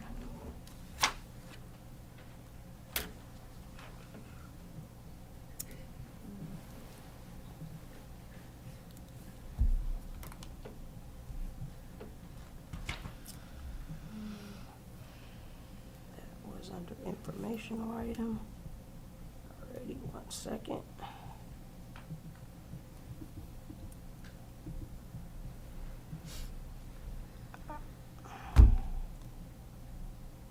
I don't see two companies under the last one. Right, the company is Nova. Yes. The last meeting is just the one. Yeah, I'm looking at it, so it's just one. So Unless the that's bids them. did you share it in the board? It was in It the was board in the board update. packet. Yeah. It was in the board packet, the whole Is packet. it them? I thought that would be for No, that's the electrical. Oh, yes. Oh, let me go back. Oh, wait, no, there it is. You gotta scroll down. I see, it's the next one. Yeah, it's only one. Where you see two? Why does it say one right here? This one, please. She said it was two. But isn't these all the other ones? There are mine? Bid number one. See him, Tiffany? You see him? I see him. Okay. Thank you. Okay, thank you for, oh.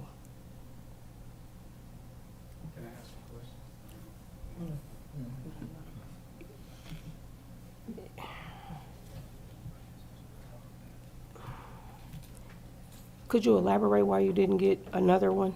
I didn't want to be specific. So certified abatement is the lowest qualified. Qualified, understand.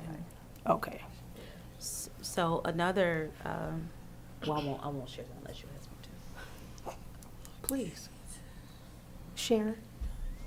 You were going to say? Qualification is based on the ability to do the work or the certification?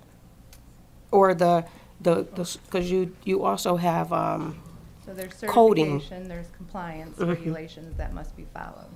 So if companies aren't following those regulations, we cannot move forward. Understood. All right. So Thank you. part of the process, particularly in this type of work, is to check the state regulations and if there are any things on file. Just You like a can't use the criminal public record. money to, okay, Understood. amen. Yes. Understood. All right.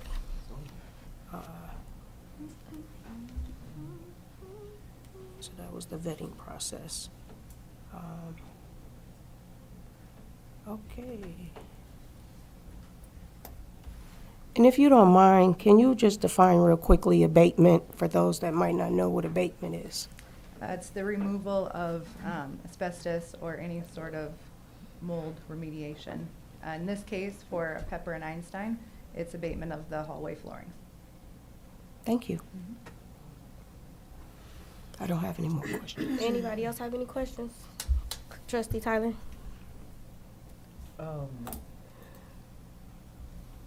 So this is the entire school at Einstein or just certain areas?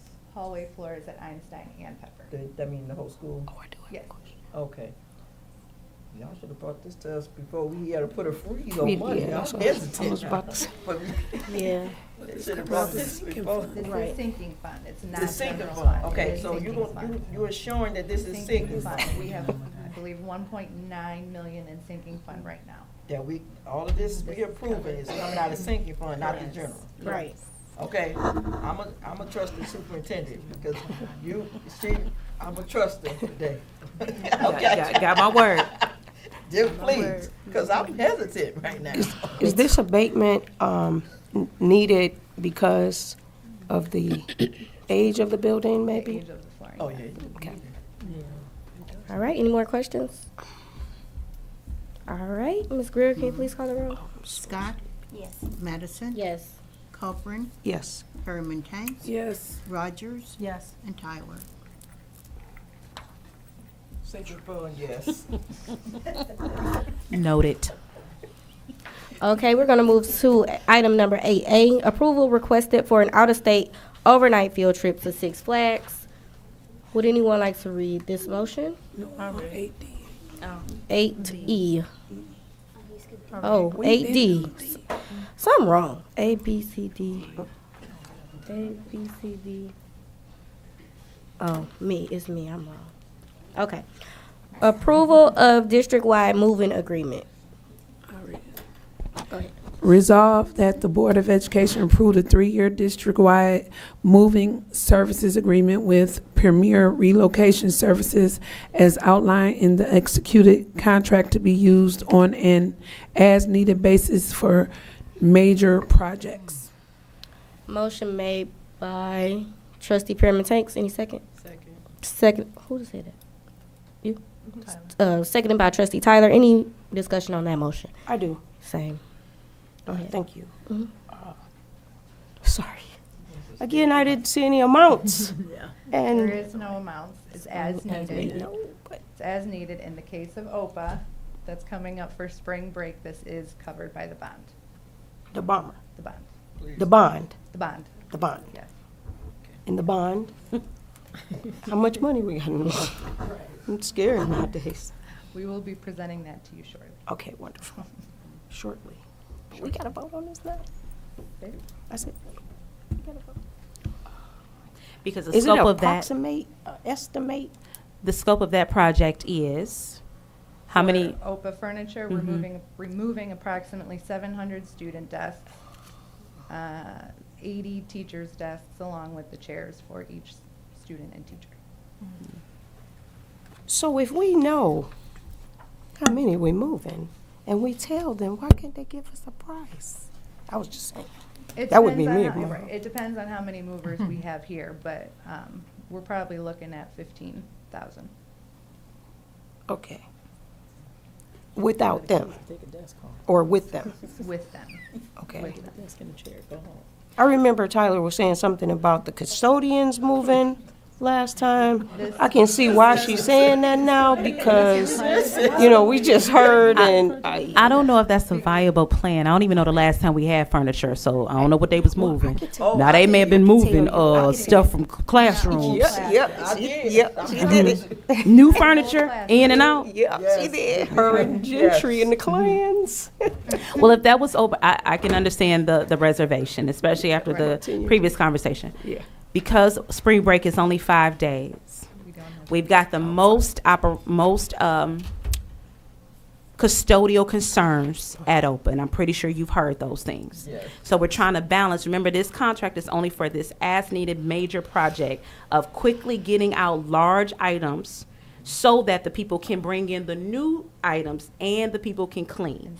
It's 5 days.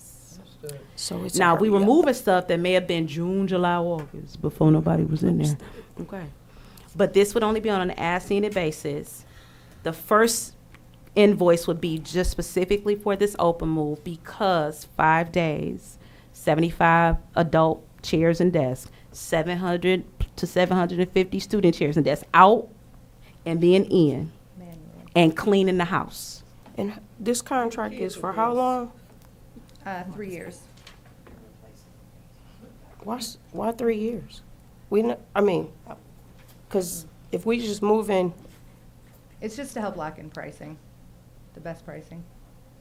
I'm not trying to be funny, but three-year the contract. school that I worked at, when we were doing furniture, getting new furniture, we told the kids and the parents, come take a desk home, take a chair home, and the parents Donation. cleaned house.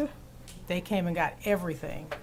Desks, it went to daycare centers, because our chairs were fine, but the kids came and got desks. Their parents picked up everything. We actually have some lockers in the high school that we got from another school. So I'm sure they were probably happy that we grabbed them. They didn't have to move them, but I get your point. And this is not coming out the general fund, right? Bond. Bond. Just making telling you, sure. terrified. I ain't about to be on my I have neck. some questions. Okay, go ahead. How often will we need them? We don't know. Really, OPA should be it for this year. What we do have coming up at Nova as far as bond work is minor and will not need movers. And every time we do use them, it's gonna come from bonds? Potentially, because those are where our bigger projects are. And potentially the next project might not be as big as this one. Correct. Go ahead. Will you please have someone in the district that week to oversee them, please? Absolutely. You know, because, you know, people can get lazy and, you know, we paying about an hour. By the hour, we And, will be there. you know, to move 4 chairs may take them 4 hours. No. I'm just saying. I'm just saying, 4 chairs may take them 4 hours. So We will be please, monitoring. please have someone here to supervise. Thank you so kindly. Any other questions for Ms. Tiffany? All right, Ms. Greer, please call the roll. Tyler, Yes. Rogers, Yes. Corcoran, Yes. Madison, Bond, yes. Scott, Yes. Perriman Tank. All right, we will now move to item number 8E. Am I right? 8E. Yeah. Would anyone like to read the motion? I'll read it. Okie dokie. Resolved that the Board of Education approves the participation of 12th grade students from Oak Park High School in an out-of-state overnight field trip to Six Flags Great America in, is it Kearney, Illinois, under the supervision of instructors Angela Phillips and Bridget White, along with additional chaperones, with departure from Oak Park Preparatory High School on Saturday, May 16th, 2026 at 4 p.m. Should that be a.m.? And return on Sunday, May 17th, 2026 at approximately 9 a.m. And that this trip is part of the annual end-of-the-year activities for the class of 2027. Second. Motion made by trustee Rogers and seconded by trustee Madison. Ms. Greer, any discussion on the motion? How many students are going? No. I have to look at the thing.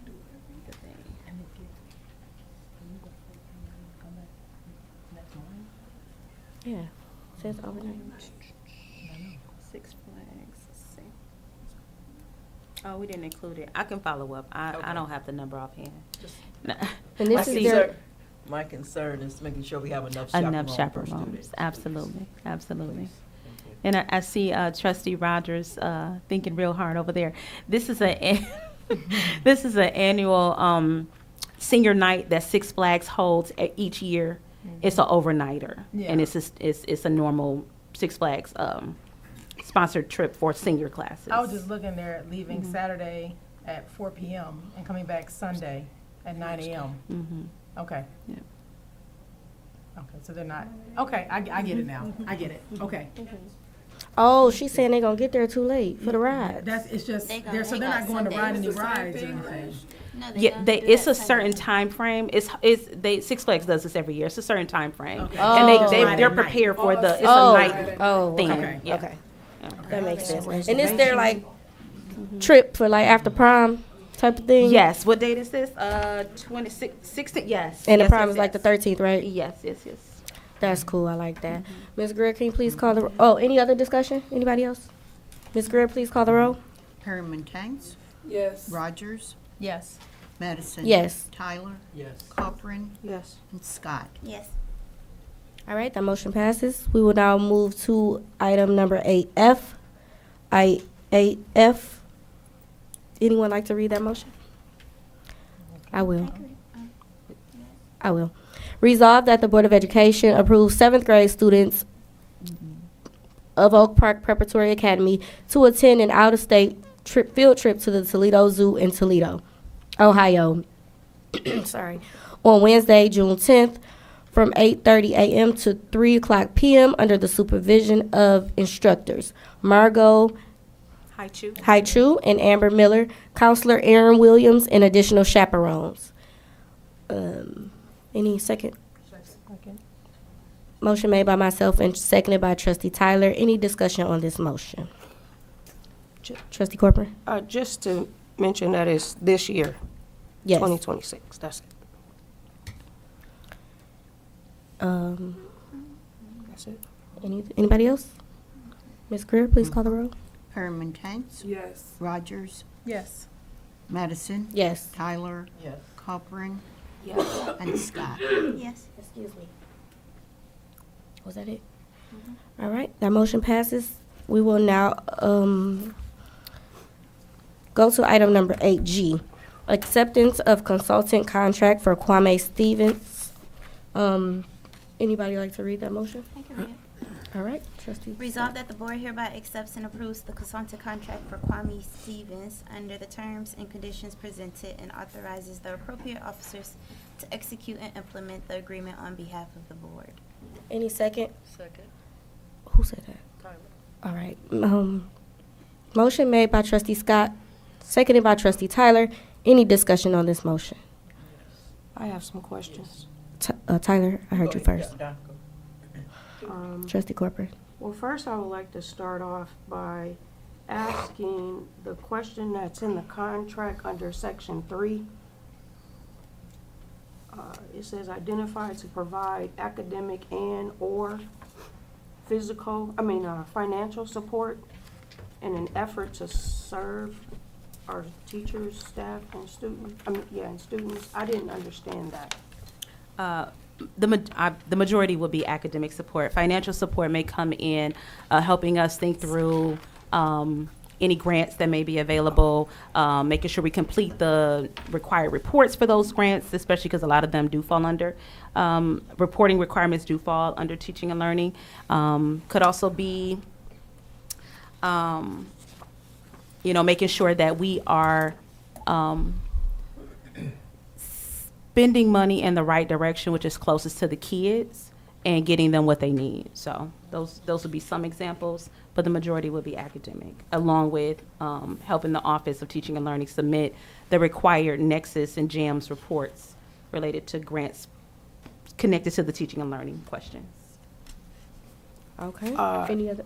Sorry, go ahead. Oh, but it says the reference contractor. So the contractor would have the ability to do the finance support? No. Because its work would directly align with supporting teachers and students, some of the grants that we get has a required state report that we have to submit. And so we work alongside Sherry Buxeiger, DeShayla Wright, who's also in teaching and learning, and they come to us with the list of questions that we have to provide answers to. And if he's directly supporting staff and students instructionally, he will help us to make sure that the responses to those questions are in alignment with what we're doing in our district. Understood, but if someone's reading this, it doesn't like specify what you're saying, but I do understand. The other question I had was,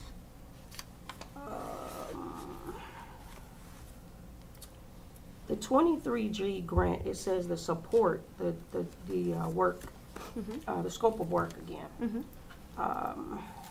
So, I had a lot of questions. I tried to limit them by typing them. And also, I did a lot of research on that because I know that these grants are very sensitive and there's a lot of compliance to them.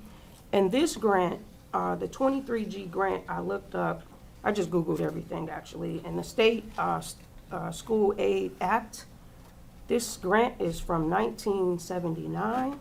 I was actually surprised because I didn't think this would come up. But just reading what this grant is, it actually specifically talks about tutoring. It talks about Tier 1, Tier 2, Tier 3. Oh, by the way, I did get a little educated too, reading this over and over again. And then I also probably going to go to school now to become a teacher because this is some great stuff that the government gives us this money to help our students, okay? It even talks about, it's so specific to 4 to 8 times a week that they have to, spend time with the students. Talks about tutoring, number of students, and school serviced, diagraphics of students served, dosage of tutoring. So the frequency and minutes per week. Then it even, because I'm not going to read all this, but it kind of is a little repetitive, but it gives you the idea of the MAISA. And that there is what the Michigan Collaboration, it's a Michigan Collaboration Hub. So it got to continue to talk about tutoring, and it talks about intervention coaches, which concerns me because intervention coaches, I believe, or correct me if I'm wrong, did we get rid of them? Do we still have, I know I saw where we are interviewing for those positions, but we don't have them. So then my mind just kept going, and I looked on our website because it stated that this is a transparency grant. It is on our website, and it reads about the Tier 2, the Tier 3, intervention platforms. it talks about, does anyone, the board understand when I say the tier 2, tier 3? Oh, okay. So it gives you the amount of the grant, specifically to elementary learning. Then it also talks about elementary learning. This goes into the math programs, then the 125, transparent, huh? Sorry. No, yeah, you're right. And then it talks about the modifying and the reflect of the, it's 2 years. Then it gives the dollar amount, it's all that. So I didn't know which one this would fall under, so I kept reading, but I believe it only based on the amount that you had said the last time, that is for the ELA and math teachers, will work on curriculum development and unit design led by district curriculum director. But then I don't know who the district curriculum director.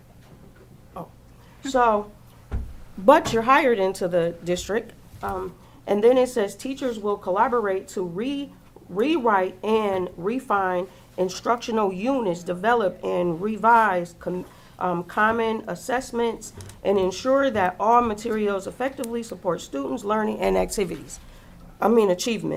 So then we go into the achievements and things. So, excuse me. So now, the questions that I have, based on this information, which are factual information, I do not see where that scope of work falls under that. However, with the amount that was indicated for the I don't know what to call it, salary, hourly, based on the hourly, it will then give the contract, and then too, going back to the contract, I noticed that it specified not to exceed $125 an hour. However, it does not say not to exceed a dollar amount, but nor does it say not to exceed a hourly weekly rate. So, and then it said it would be up to the superintendent based on the needs. But if I just added it up just on a 35-week, the maximum, I came up with $53,000. Now, I unequivocally, I'm gonna just tell you, a spade see a spade, I call a spade, because all the information that I brought up, I just don't see the support. And then after us hearing our budget, although this is a very important grant that we want to make sure that we spend it in compliance, and I mean, I know there's a lot of well-qualified individuals that is working in this beautiful district that we have, but if it's 60,000 and this is going to be 53,000, then how are we going to utilize what I just read? Then when it was an assistant, a superintendent, when he was assistant superintendent, it was at a certain dollar amount that was way less than what is going on now with the higher rate. And then that position, there was a resignation. And then after that, there was a contract that we asked to have put on the board book that wasn't put on the board book. So at this time, we still haven't seen that old contract from teaching and learning, I think 23, 24. And then the scope of work, of course, the 33G doesn't specify, or does it specify, the intervention and support for the Tier 2 or the Tier 3. But when I asked for the scope of work, it was specified, for principals and assisting. And what if at any point that one of those principals didn't want to abide by or follow through, because that happens. Everybody is not in agreement to everyone. Let's see. The other one was, the public versus contractual role publicly announced as, then it was announced that he was the acting superintendent, where I had got phone calls because I didn't know what they were talking about. But apparently, that news had gotten out. So as far as transparency go, that to me was transparent because it was discussed that was what the goal was, or what that was. As far as the function as a acting superintendent, are we attempting Can we call the question? to fund? Can we call to the question? fund that? Call what question? Or take, what we about to do? Are we about to vote on this? You calling a question and don't know what you're calling? What I'm saying, can we? No, what are you saying? Can we vote on this, please? I wasn't finished. So, I'll just get to the point. As I said before, this grant, if we use this grant and it's out of compliance, for the students of this school will lose out of this grant. However, these grants are audited. We were 5% under the state statewide threshold, so we were the last. And at that time, we were the last. From my information, according to the information I received, Mr. Stevens was here at that time when we lost our partnership agreement, because we're a partnership school. I didn't even know that. I learned that as well. But we were the lowest. And I had asked at the time the assistant superintendent, Ms. Murphy, to give the board the additional pages that reflects where we were and where we are. As far as each school, it tells you exactly what it is. So I believe that this position for intervention, and we have other qualified staff that can do this job, and that's basically it. Okay. And it's state regulated with rules. Okay. If I could just bring to bear some of the things. So this executive summary about CSI was shared with the entire board back in November when we were identified. I could pull it up. And the state identifies listing every 3 years. So the last time it was done, I'm sorry. that's okay. It's all right. The last time it was done, so we were identified in 24, 25. They didn't do, the last round of identifications was 21. Mr. Stevens was the principal of Oak Park High School in 2013 to 15, which was the last time the high school was on the list, and he got him off the list. Now we're back on the list in 2021 from data from 21, 22, and 23 when he wasn't here. So I wanted to make sure to clarify that. And we did share our growth presentation last week, or the last board meeting. That plan was started with Mr. Stevens because of what we were able to accomplish was started from that when he was the assistant superintendent. I also did share his previous assistant superintendent contract with the board in an email last week. I didn't, because you all get a lot of emails. So I sent a separate email to the entire board with his last contract. This proposed contract was similar to the other one with all of those clarifications. So that was shared. And in terms of the compliance with the grant, I do hear you, and I understand where the questions are coming from. Tier 1, 2, and 3. Tier 1 means all students. That typically means, are we providing high-quality education to all students? That's Tier 1. Do all third graders get the same thing? Do all Algebra 1 students get the same thing? How are the lessons being delivered? That's Tier 1. Tier 2 is small group intervention. So how are we supporting staff with identifying small group intervention? And let me clarify, every school does have an academic interventionist. Only OPHS, all of the schools have one. Only OPHS does not, and we are hiring for that. It is posted. The candidate pool is dry, just like the superintendent search man said. We have a whole lot of postings up, and the pools are dry. But those that are qualified for those positions, we do bring in for interviews. We have not had one up to this point. And then tier 3 is intensive support.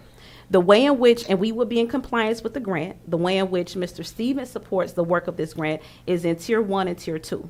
Tier 1 is how are we delivering high quality instruction across the board. In order to make sure we're doing that, it has to be monitored. We have to provide feedback and support. Tier 2 is identifying small groups of students that need intervention. That's looking at our data. That's meeting with our principals every other week in our principals meeting, looking at their iReady data, their iExcel data, calling out kids' names. How is this kid in particular doing? How are they receiving intervention? How are they getting increased supports? So those things do directly fall under 23G for tier 1 and tier 2. And under the scope of work, that is what Mr. Stevens, the support he will be providing. I also do want to clarify, with this position, it's grant funded. And also, if there's no money, there's no work. We don't pay. If there's no money to provide the support in this way, then we don't pay. Also, we can't even get internals to apply for some of the current positions. And of course, I wouldn't want to take a teacher from kids right now to support in this way. And the other reason we're inviting Mr. Stevens in, because he was here for the work. I'm doing 19 jobs right now. I literally don't even have time to train another person to take over all of this stuff for teaching and learning. I need somebody that knows the work, can carry it on immediately, can support, and teaching and learning is the only department that goes to every single building. We on site. We in them buildings. We're providing support. We're in teacher meetings. We're meeting with principals. We're looking at all of these things. So we definitely need that support. Okay, I just want to stop in and say that this discussion was called to question. So I stand corrected. We were to immediately vote whether to close discussion. So on I'm this. sorry, point of order. If you call a question, you got to vote on it too. I just said that. Oh, yeah, I'm sorry. Oh, No you problem. just read it. My bad. I thought it would have been said when she said it. No. So I looked it up just to make sure I was correct. What you look up? What number is it in the Robert's Rule of Order? What's your references when you looked it up? I'm just asking. I didn't look it up on there. I looked it up on something else, but it's telling me what to do. You just said what I just said, though, so we're saying the same thing. So the group immediately votes on whether to close discussion or not. Ms. Greer, can you please call the roll? I didn't get my question. I didn't get a question. She Right, called the so- question. She shouldn't even spoke, but it's cool. Go ahead. You can't Madison? speak. She called the question. When you call the question, it ends discussion. That's in Robert Rules of Order. Thank you. I Volume corrected 11. myself. Thank you so much, Ms. Greer. Madison? Is the question to cut off Discussion. discussion? Yes. Yeah, I know. So that's what we're doing, cutting off discussion? We're Absolutely. voting to cut off. Go straight Yes to or vote. no? But I you get a gotta vote on Can I get a the second? close. I'm sorry. Go Can I ahead. get a second? A second? Get a second. Can you get a second? A second? Can we get a second? Can we get a second? Second. All right. Never in the history, because I can't be shut up. Not in the history of this board meeting has there ever been a call to question. And I know this is attack on me, not to say what I want to say, but I want the community to know this is a disgrace that you shut up a board member, you shut up a conversation about grant money going to our children. Wow. Okay. Ms. Greer, can you please call the roll? Madison? No. Tyler? I'm sorry, what is the motion? That we stop the discussion. I'm saying no. Ms. Greer, can you continue the roll? Tyler? I want to continue discussion. Right, Yeah, so yeah. no. Scott? Wait, so we continue and we say yes, we Yes. stop, we say no. Yes. Wait. Oh, other way. No, Wait, that's the what? other way around. Other way. Do you So want to no. stop the discussion? Oh, no. What did she say? No. No. I said no. Corcoran? No. Permanente? Rogers? No. Okay, the discussion continues. Ms. Murphy, were you done? It was Go actually back to- Tyler. Go back to you. Trustee Tyler, you could go ahead. We do have to give everybody a chance to speak, though. Okay, Trustee Tyler, you have can a go ahead. chance. Yeah, even though the time is late, but this is business. This is why we're here. Yep, so This you is could go definitely ahead. why we're here. This is why we're here to ask questions. Some questions can be a little uncomfortable, and that's what the problem was before. That's what the problem was. Every time somebody go to ask a question, we all get attacked on a question. It's just a question. That's why we were voted in, to ask a question. If not, we shouldn't have been we can't sit at the seat. We shouldn't be in the seat then. My question to you, Superintendent, for this grant, are we meeting all the requirements? Because for one, we want to make sure it's not out the general fund, right? It's not out the general fund. Okay, so that's one of my main questions. The other question that I have, are we meeting, because I hear Trustee Corcoran, but are we meeting the requirements for Mr. Stevens? I know him, okay? I know what he's capable of doing. I worked with him for years. I heard what you said, Superintendent, that when he came in, what year you say? 13 to 15. Yeah, 13 to 15, we was at the bottom. I saw him work, okay? I was there. I saw the work that he did. He put it in, and we did move up. We did go up, but somehow we went back down. So he here again, probably to take us up. And Yeah, you got it. You got it. My question to you is, are we, because I hear Trustee Corcoran, are we in alignment hiring him? And I know it's at the top right now. We all at the top. We so top heavy. Everybody, especially HR and everywhere else, we just top heavy. And are we in alignment with this grant for him? Are we in alignment? Are we doing what it's supposed to do for this grant? Because prior to this, we wouldn't be in a situation that we're in had we been following grant money and doing what we're supposed to do. So are we in alignment? That's my first question. Yes, this is an allowable expense through the grant, and the grant is 2 years. Last year, we did provide release time for teachers to work on their curriculum. So that was one part of the grant. We pay for iExcel. A portion of iExcel is paid for through this grant. Now, the one that's on the transparency page of the website, that's our current budget that was submitted to MDE. Okay. We have not reopened it because you're able to reopen grants and ask the state to spend the money in a different way. We have not reopened it because we have not got the approval for this part yet. Okay. The other part is tutoring is all fully funded through Title I, which is another grant. So even though tutoring is a major part on the state website for this grant, we don't need that money for tutoring because it's all fully funded through Title I. That money will just be sitting there. Another part of this grant, the grant is called Michigan Kids Back on Track. That's Tier 1, which is, do we have a viable curriculum? Are people teaching the curriculum with fidelity, which means you got to monitor, you got to provide feedback, you got to provide support. That's Tier 1. Then Tier 2 is where you start talking about interventions for students. And mind you, we do have interventionists in K through 8. We do have an interventionist position posted for the high school. OPA don't have one. OPA does. They have one? They're gonna need some more, but they got one. Okay, so they need some more. Okay. Yeah. let's be clear. But Okay, this so they is do in have one. it is in alignment with the grant Okay.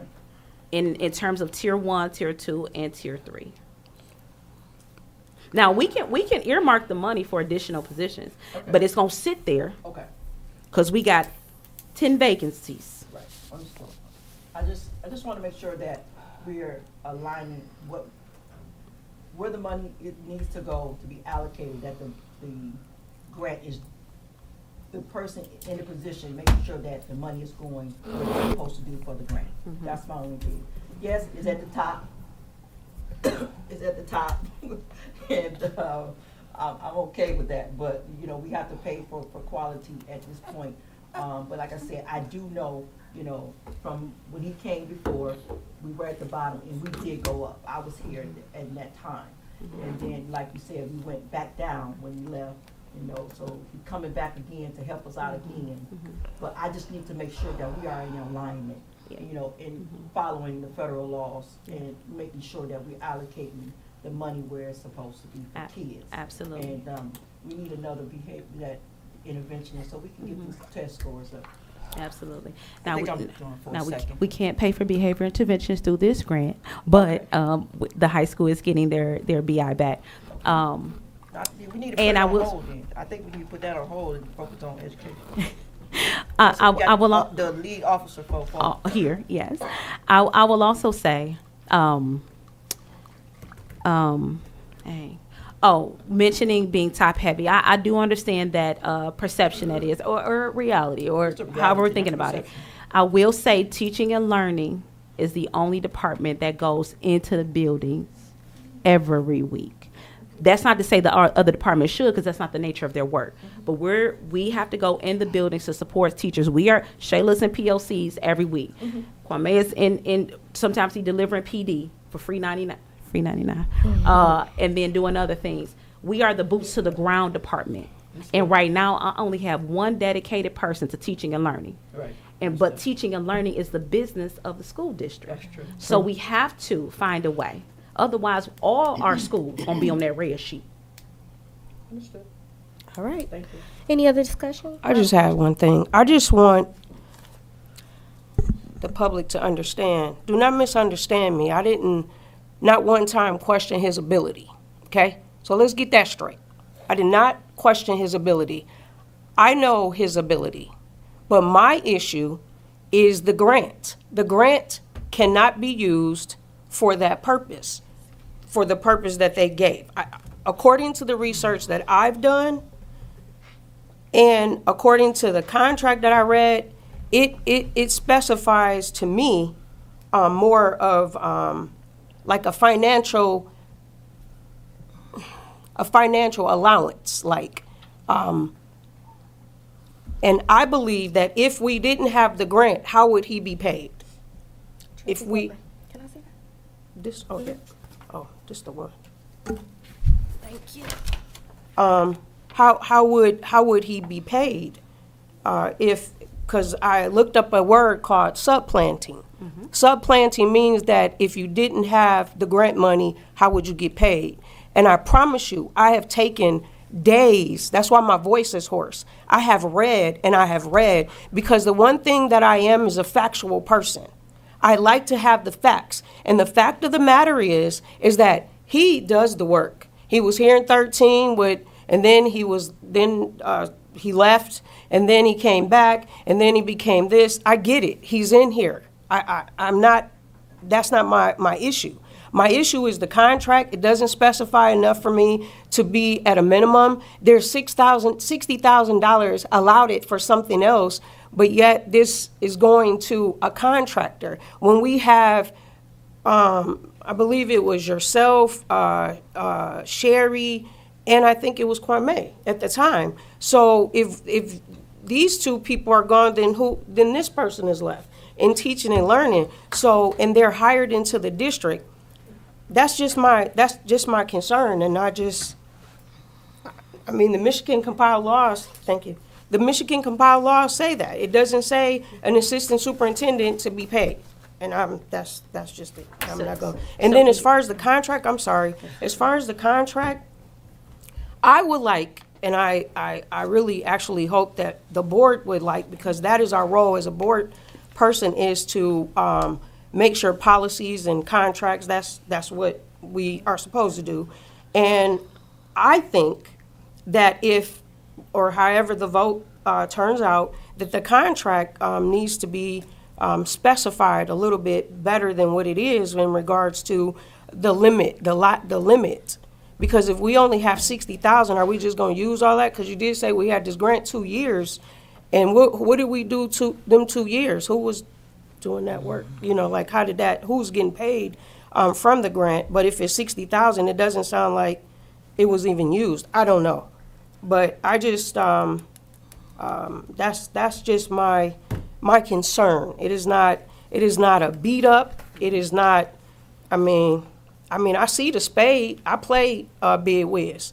I call it a spade. If I got all this factual evidence in front of me, it doesn't say assistant superintendent nowhere. It say teachers, curriculum directors, and I'm just asking to just, be mindful, because there is, if this grant, and they're audited, and it's audited incorrectly because we believe that it was correct, then what happens is we lose it, and then we gotta regain it, and then how to regain it, you gotta now show them everything you do. So, that's it. I'm not gonna beat the dead horse. So if I could just provide one more point of clarity. On the Michigan.gov website that specifically is dedicated to this grant, there's a frequently asked question at the bottom. It says, how can funds be used? Per Michigan Code Law, I think you're referencing 338.1623G. 2, it can be used for staffing, high-quality training, curriculum needs, Tier 2 or Tier 3, student transportation needs, technology needs, materials or any purpose for which the district previously used funds allocated under Section 98C, or other costs incurred because of the provision of services for the program. Those are allowed, that's directly on Michigan.gov. What the funds cannot be used for. Expenses are not allowed for capital expenses, which means building fixes and all the capital outlay. Laptops, iPads, or other technology hardware. Tier 1 curriculum resources and training, and indirect costs. We cannot use this grant to do any of those things. So this is in addition to, and let me clarify the acting assistant superintendent. That was shared in a teaching and learning newsletter, so I'll take ownership of that. What I was trying to communicate to staff is they're used to me being that thing. I can't do 2 jobs, and I won't do 2 jobs. So I needed another person that they knew and were familiar with that they could go to for assistance, for questions, for support, for all of these things. And I did apologize for misspeaking. However, it was just to communicate that if you need support in this area, here's who you can go to, because I cannot be the number 1 and the number 2. I cannot be the interim superintendent and the assistant superintendent of teaching and learning. That's not a feasible outcome, and if that's the direction, that's not even humanly possible. That's right. Okay, and then once it's on here that it's from March to June of this year. Yes, and in the contract it specifies weeks hourly is 25 to 35, and if there's no money for the services, there's no invoice, there is no payment. If there's no money, no invoice, no payment, and the minimum is the 25 hours up to 35, and it's only March to June to support teaching and learning and this bridge work until y'all locate a new superintendent. And then I can go back. June Contract 30. ends if there's no funding. Oh. There's no funding, which, And this is from the grant, correct? Yes. Not general funding? Not general. Gotcha. And we just read on the Michigan.gov the allowable expenses. Exactly. For the All grant. right. Go ahead. Just quick. Okay, so for the allowable, like, where it can go, is it already going to everywhere it needs to go before? Is this like extra money that we have for the? That's a great question. When we did an audit, that's a great question. When we did an audit of the original budget we submitted to the state 2 years ago, because this grant is 2 years old, I think, Sherry, 2 years old. What Trustee Corcoran is referencing is that original budget. We do have room to make some modifications, which the state allows you to do with any grant. They open up the modification window, and you can say, well, we don't think we're going to spend this amount over here. Can we allocate it to this thing over here? And so that's what we would do if it's approved. Then we would go to the state. Sherry will open it back up and say, we would now like to use the money for this instead of that, because we won't be able to do, like it's $60,000 allotted for curriculum development. Now, some of it we did last year. But from March to June, I'm not pulling teachers out of class because we got testing, we got end of year activities. I'm not gonna spend $60,000 on curriculum development at the end of the year because it don't make sense to pull people out of buildings. So that would be a portion of that will be spent on that, and reading eggs. So reading eggs is listed as an expense. The teachers wanted a different program, and we don't want our kids on computers all the day long. So we did not purchase the reading eggs. We didn't even make that purchase for the reading eggs. It's an online platform, but we got all sorts of things. And the kids on the computer is way too much. So we wanted to limit those things. So that's another expense that's listed in the grant that we would not It's in there, but we're not buying that. Okay, understood. Any other question? Discussion? I just had one discussion. Okay. The scope of work is to talk to the principals. How does the principals get their data if we're not allowing teachers to, how does this work? Like, he's going to be talking to the principals, So let me give you a weekly yeah. routine, right? So we meet with the principals and principals meeting every other week. They have to bring to me their data. How did their kids do on iReady and iExcel? Who's on track? Who passed their 2 lessons? And if they didn't, what are we going to do? Then Kwame and Shayla, she'll go into the PLCs with the teachers, but Kwame will go to the buildings and meet with the people. He meets with the leadership team. Sometimes he meets with teacher teams and sit down. What are we going to do? What interventions are we going to provide? What is our plan to address the fact that these kids are not on track to meeting their iReady or iExcel or whatever piece of data we're looking at? So it's not just the looking at the data, it's then, so what, now what? What am I going to do now that I know? And he's my boots to the ground, because you got to walk side by side with people. Sometimes people don't know what to do. So then that's when we go to the buildings. We go to the teacher teams. We go to the principals and say, okay, tell me what you're working on. How are you helping these kids right here? Okay, these 5 kids didn't meet their target last week. What are we going to do as a result of that? And then helping them to plan that through. Okay. All right. I would be remiss if I didn't say this, because I'm sorry, it just, as a parent and an auntie of my kids and my nephews being in Oak Park, bad, good, and indifferent, this makes, it is hard to understand how a contractor is allowed, because if a contractor, it is a visitor, am I correct? Because he's not a visitor. No. Oh.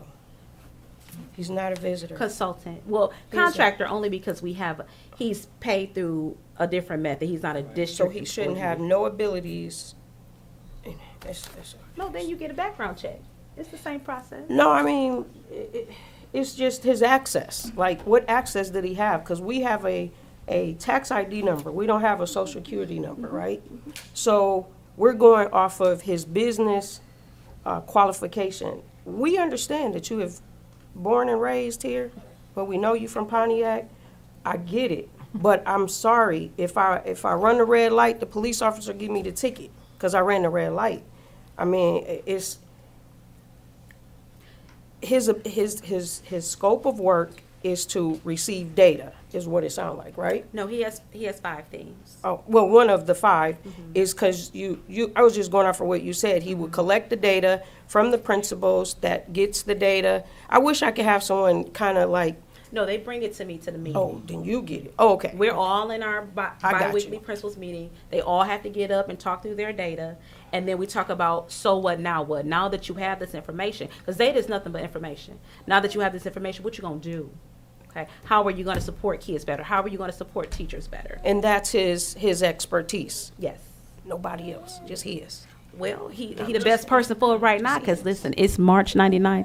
I ain't got time to train nobody else.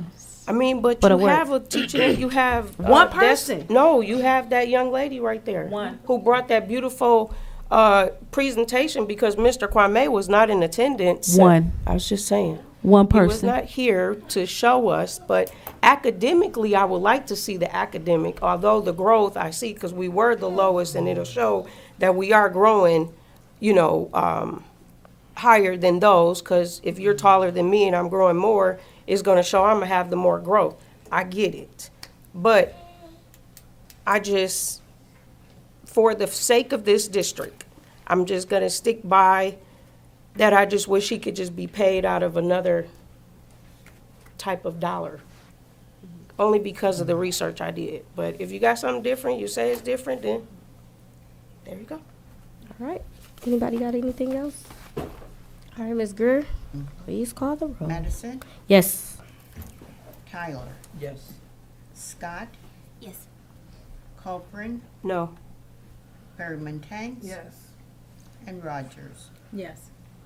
All right, that motion passes. Congratulations. Item number 9, information items, Einstein Pepper renovations. Good evening. It's just informational. This is just information. Ain't no money yet. And it's sinking fund. This is 100% sinking fund. And before I turn it over to Darren with Partners in Architecture to go over the scope of the project, I did want to make sure everybody is aware that it is sinking fund. 100% sinking fund. I'm going to turn it over to you. Okay.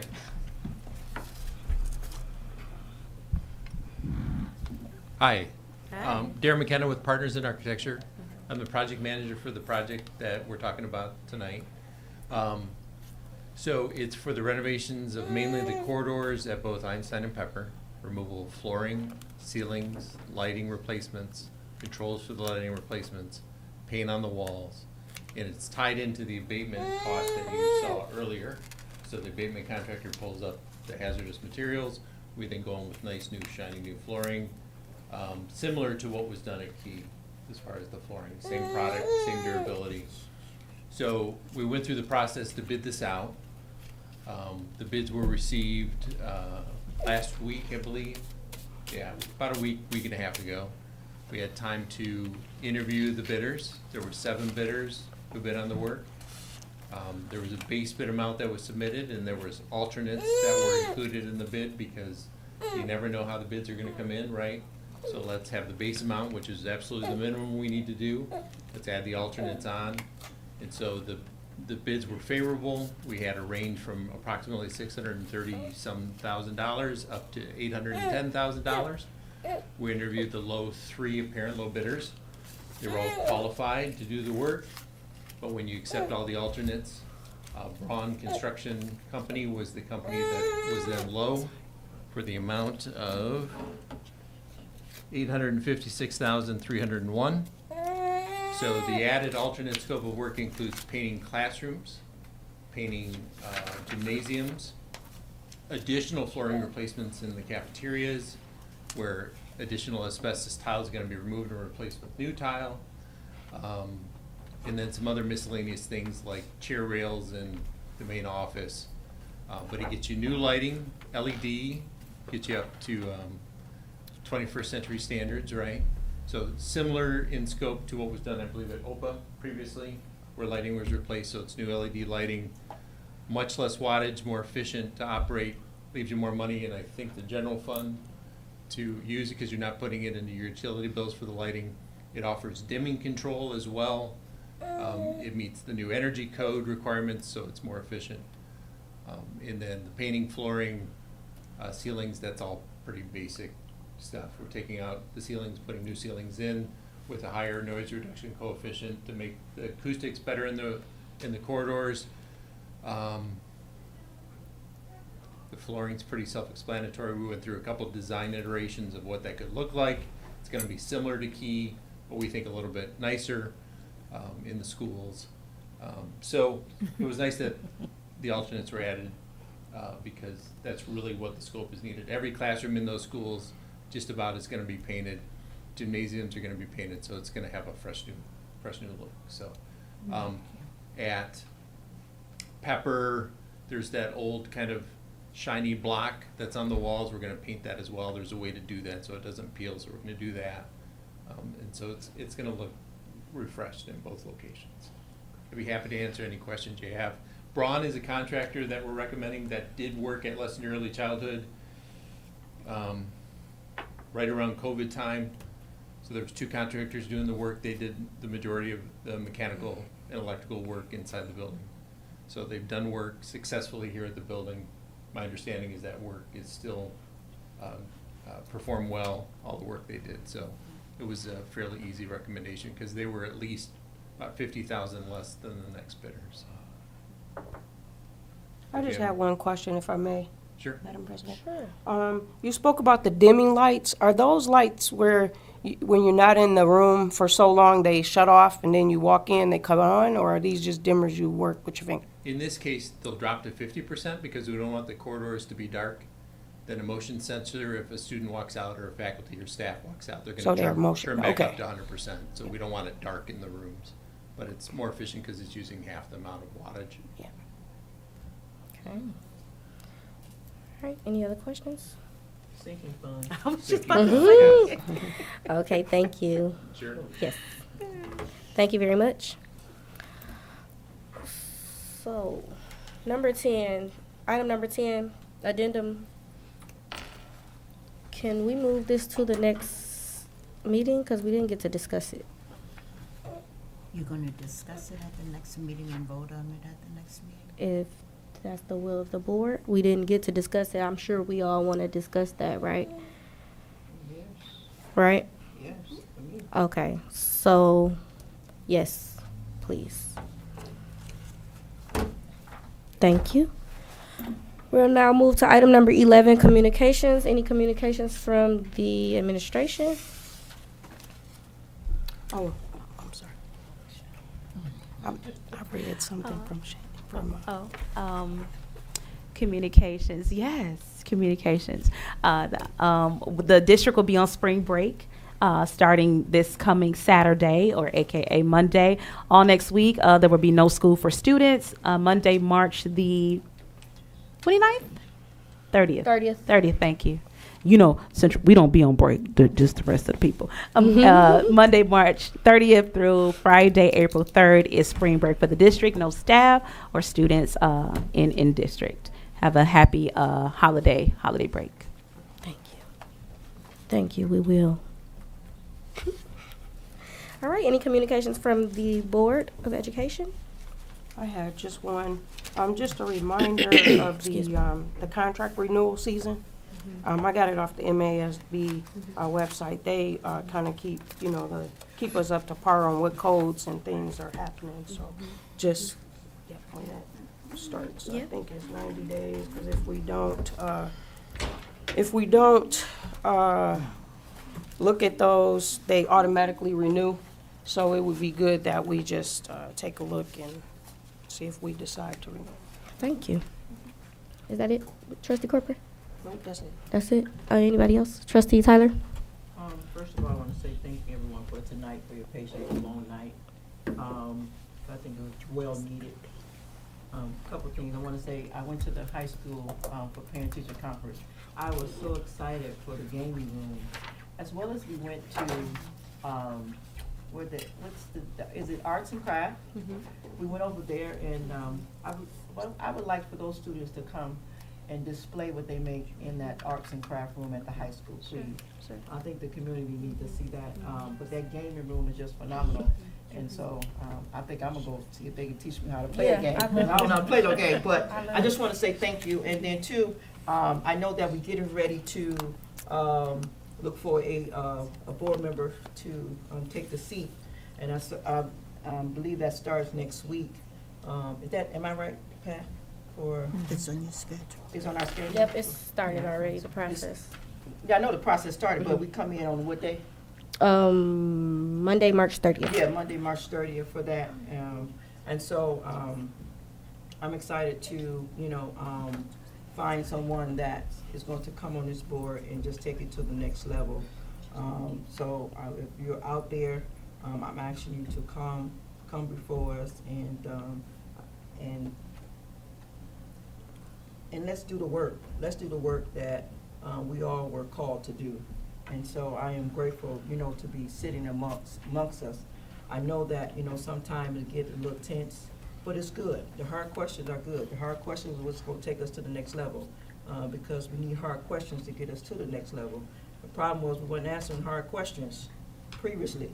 And so now, some hard questions need to be asked so that we can move forward, get this district on the right track, and get some kids in here, because if not, we going down. And I don't like what I heard tonight. And so I just want our superintendent to know that, you have my support, so that we can move this district forward in doing what we need to do right now until we decide of who's gonna sit in the seat. But while you sit in the seat, we still need movement. We still have to have movement. We can't stay stagnant. And so we still need the business to be moving. And so tonight, I believe, was a night of transparency, that we we have not been getting for a minute. And so I thank you, Superintendent. I really thank you, as well as Andrea Farr, for the transparency of where we at right now. And I want us to get back to a healthy place and in our finances, as well as getting these kids educated, because they need us. And so we are a family. And so I am grateful to sit here, and let's keep us moving forward. Awesome, thank you. Any other communications from the board? I know it's been a long night. I just wanted to say that I also had the pleasure of going to OPA and Key for parent-teacher conference. It was awesome. It was great. Thank you to the teachers for your countless days coming in, educating our children, mine included. Hats off to you. No problem. And we have reached. Someone at the door trying to get in. We have reached item number 12, adjournment. Mrs. Tyler, can you please tell us when the next board meeting is? So are we going to announce a special board meeting for the candidate too? No. No, ma'am. Okay. It's right there. All right. I'm sorry. The next board meeting, the next meeting of Board of Education will be held on Monday, April 13th, 2026 at 6 p.m. in the boardroom at the Administration Building. This meeting is adjourned at 9:44 p.m.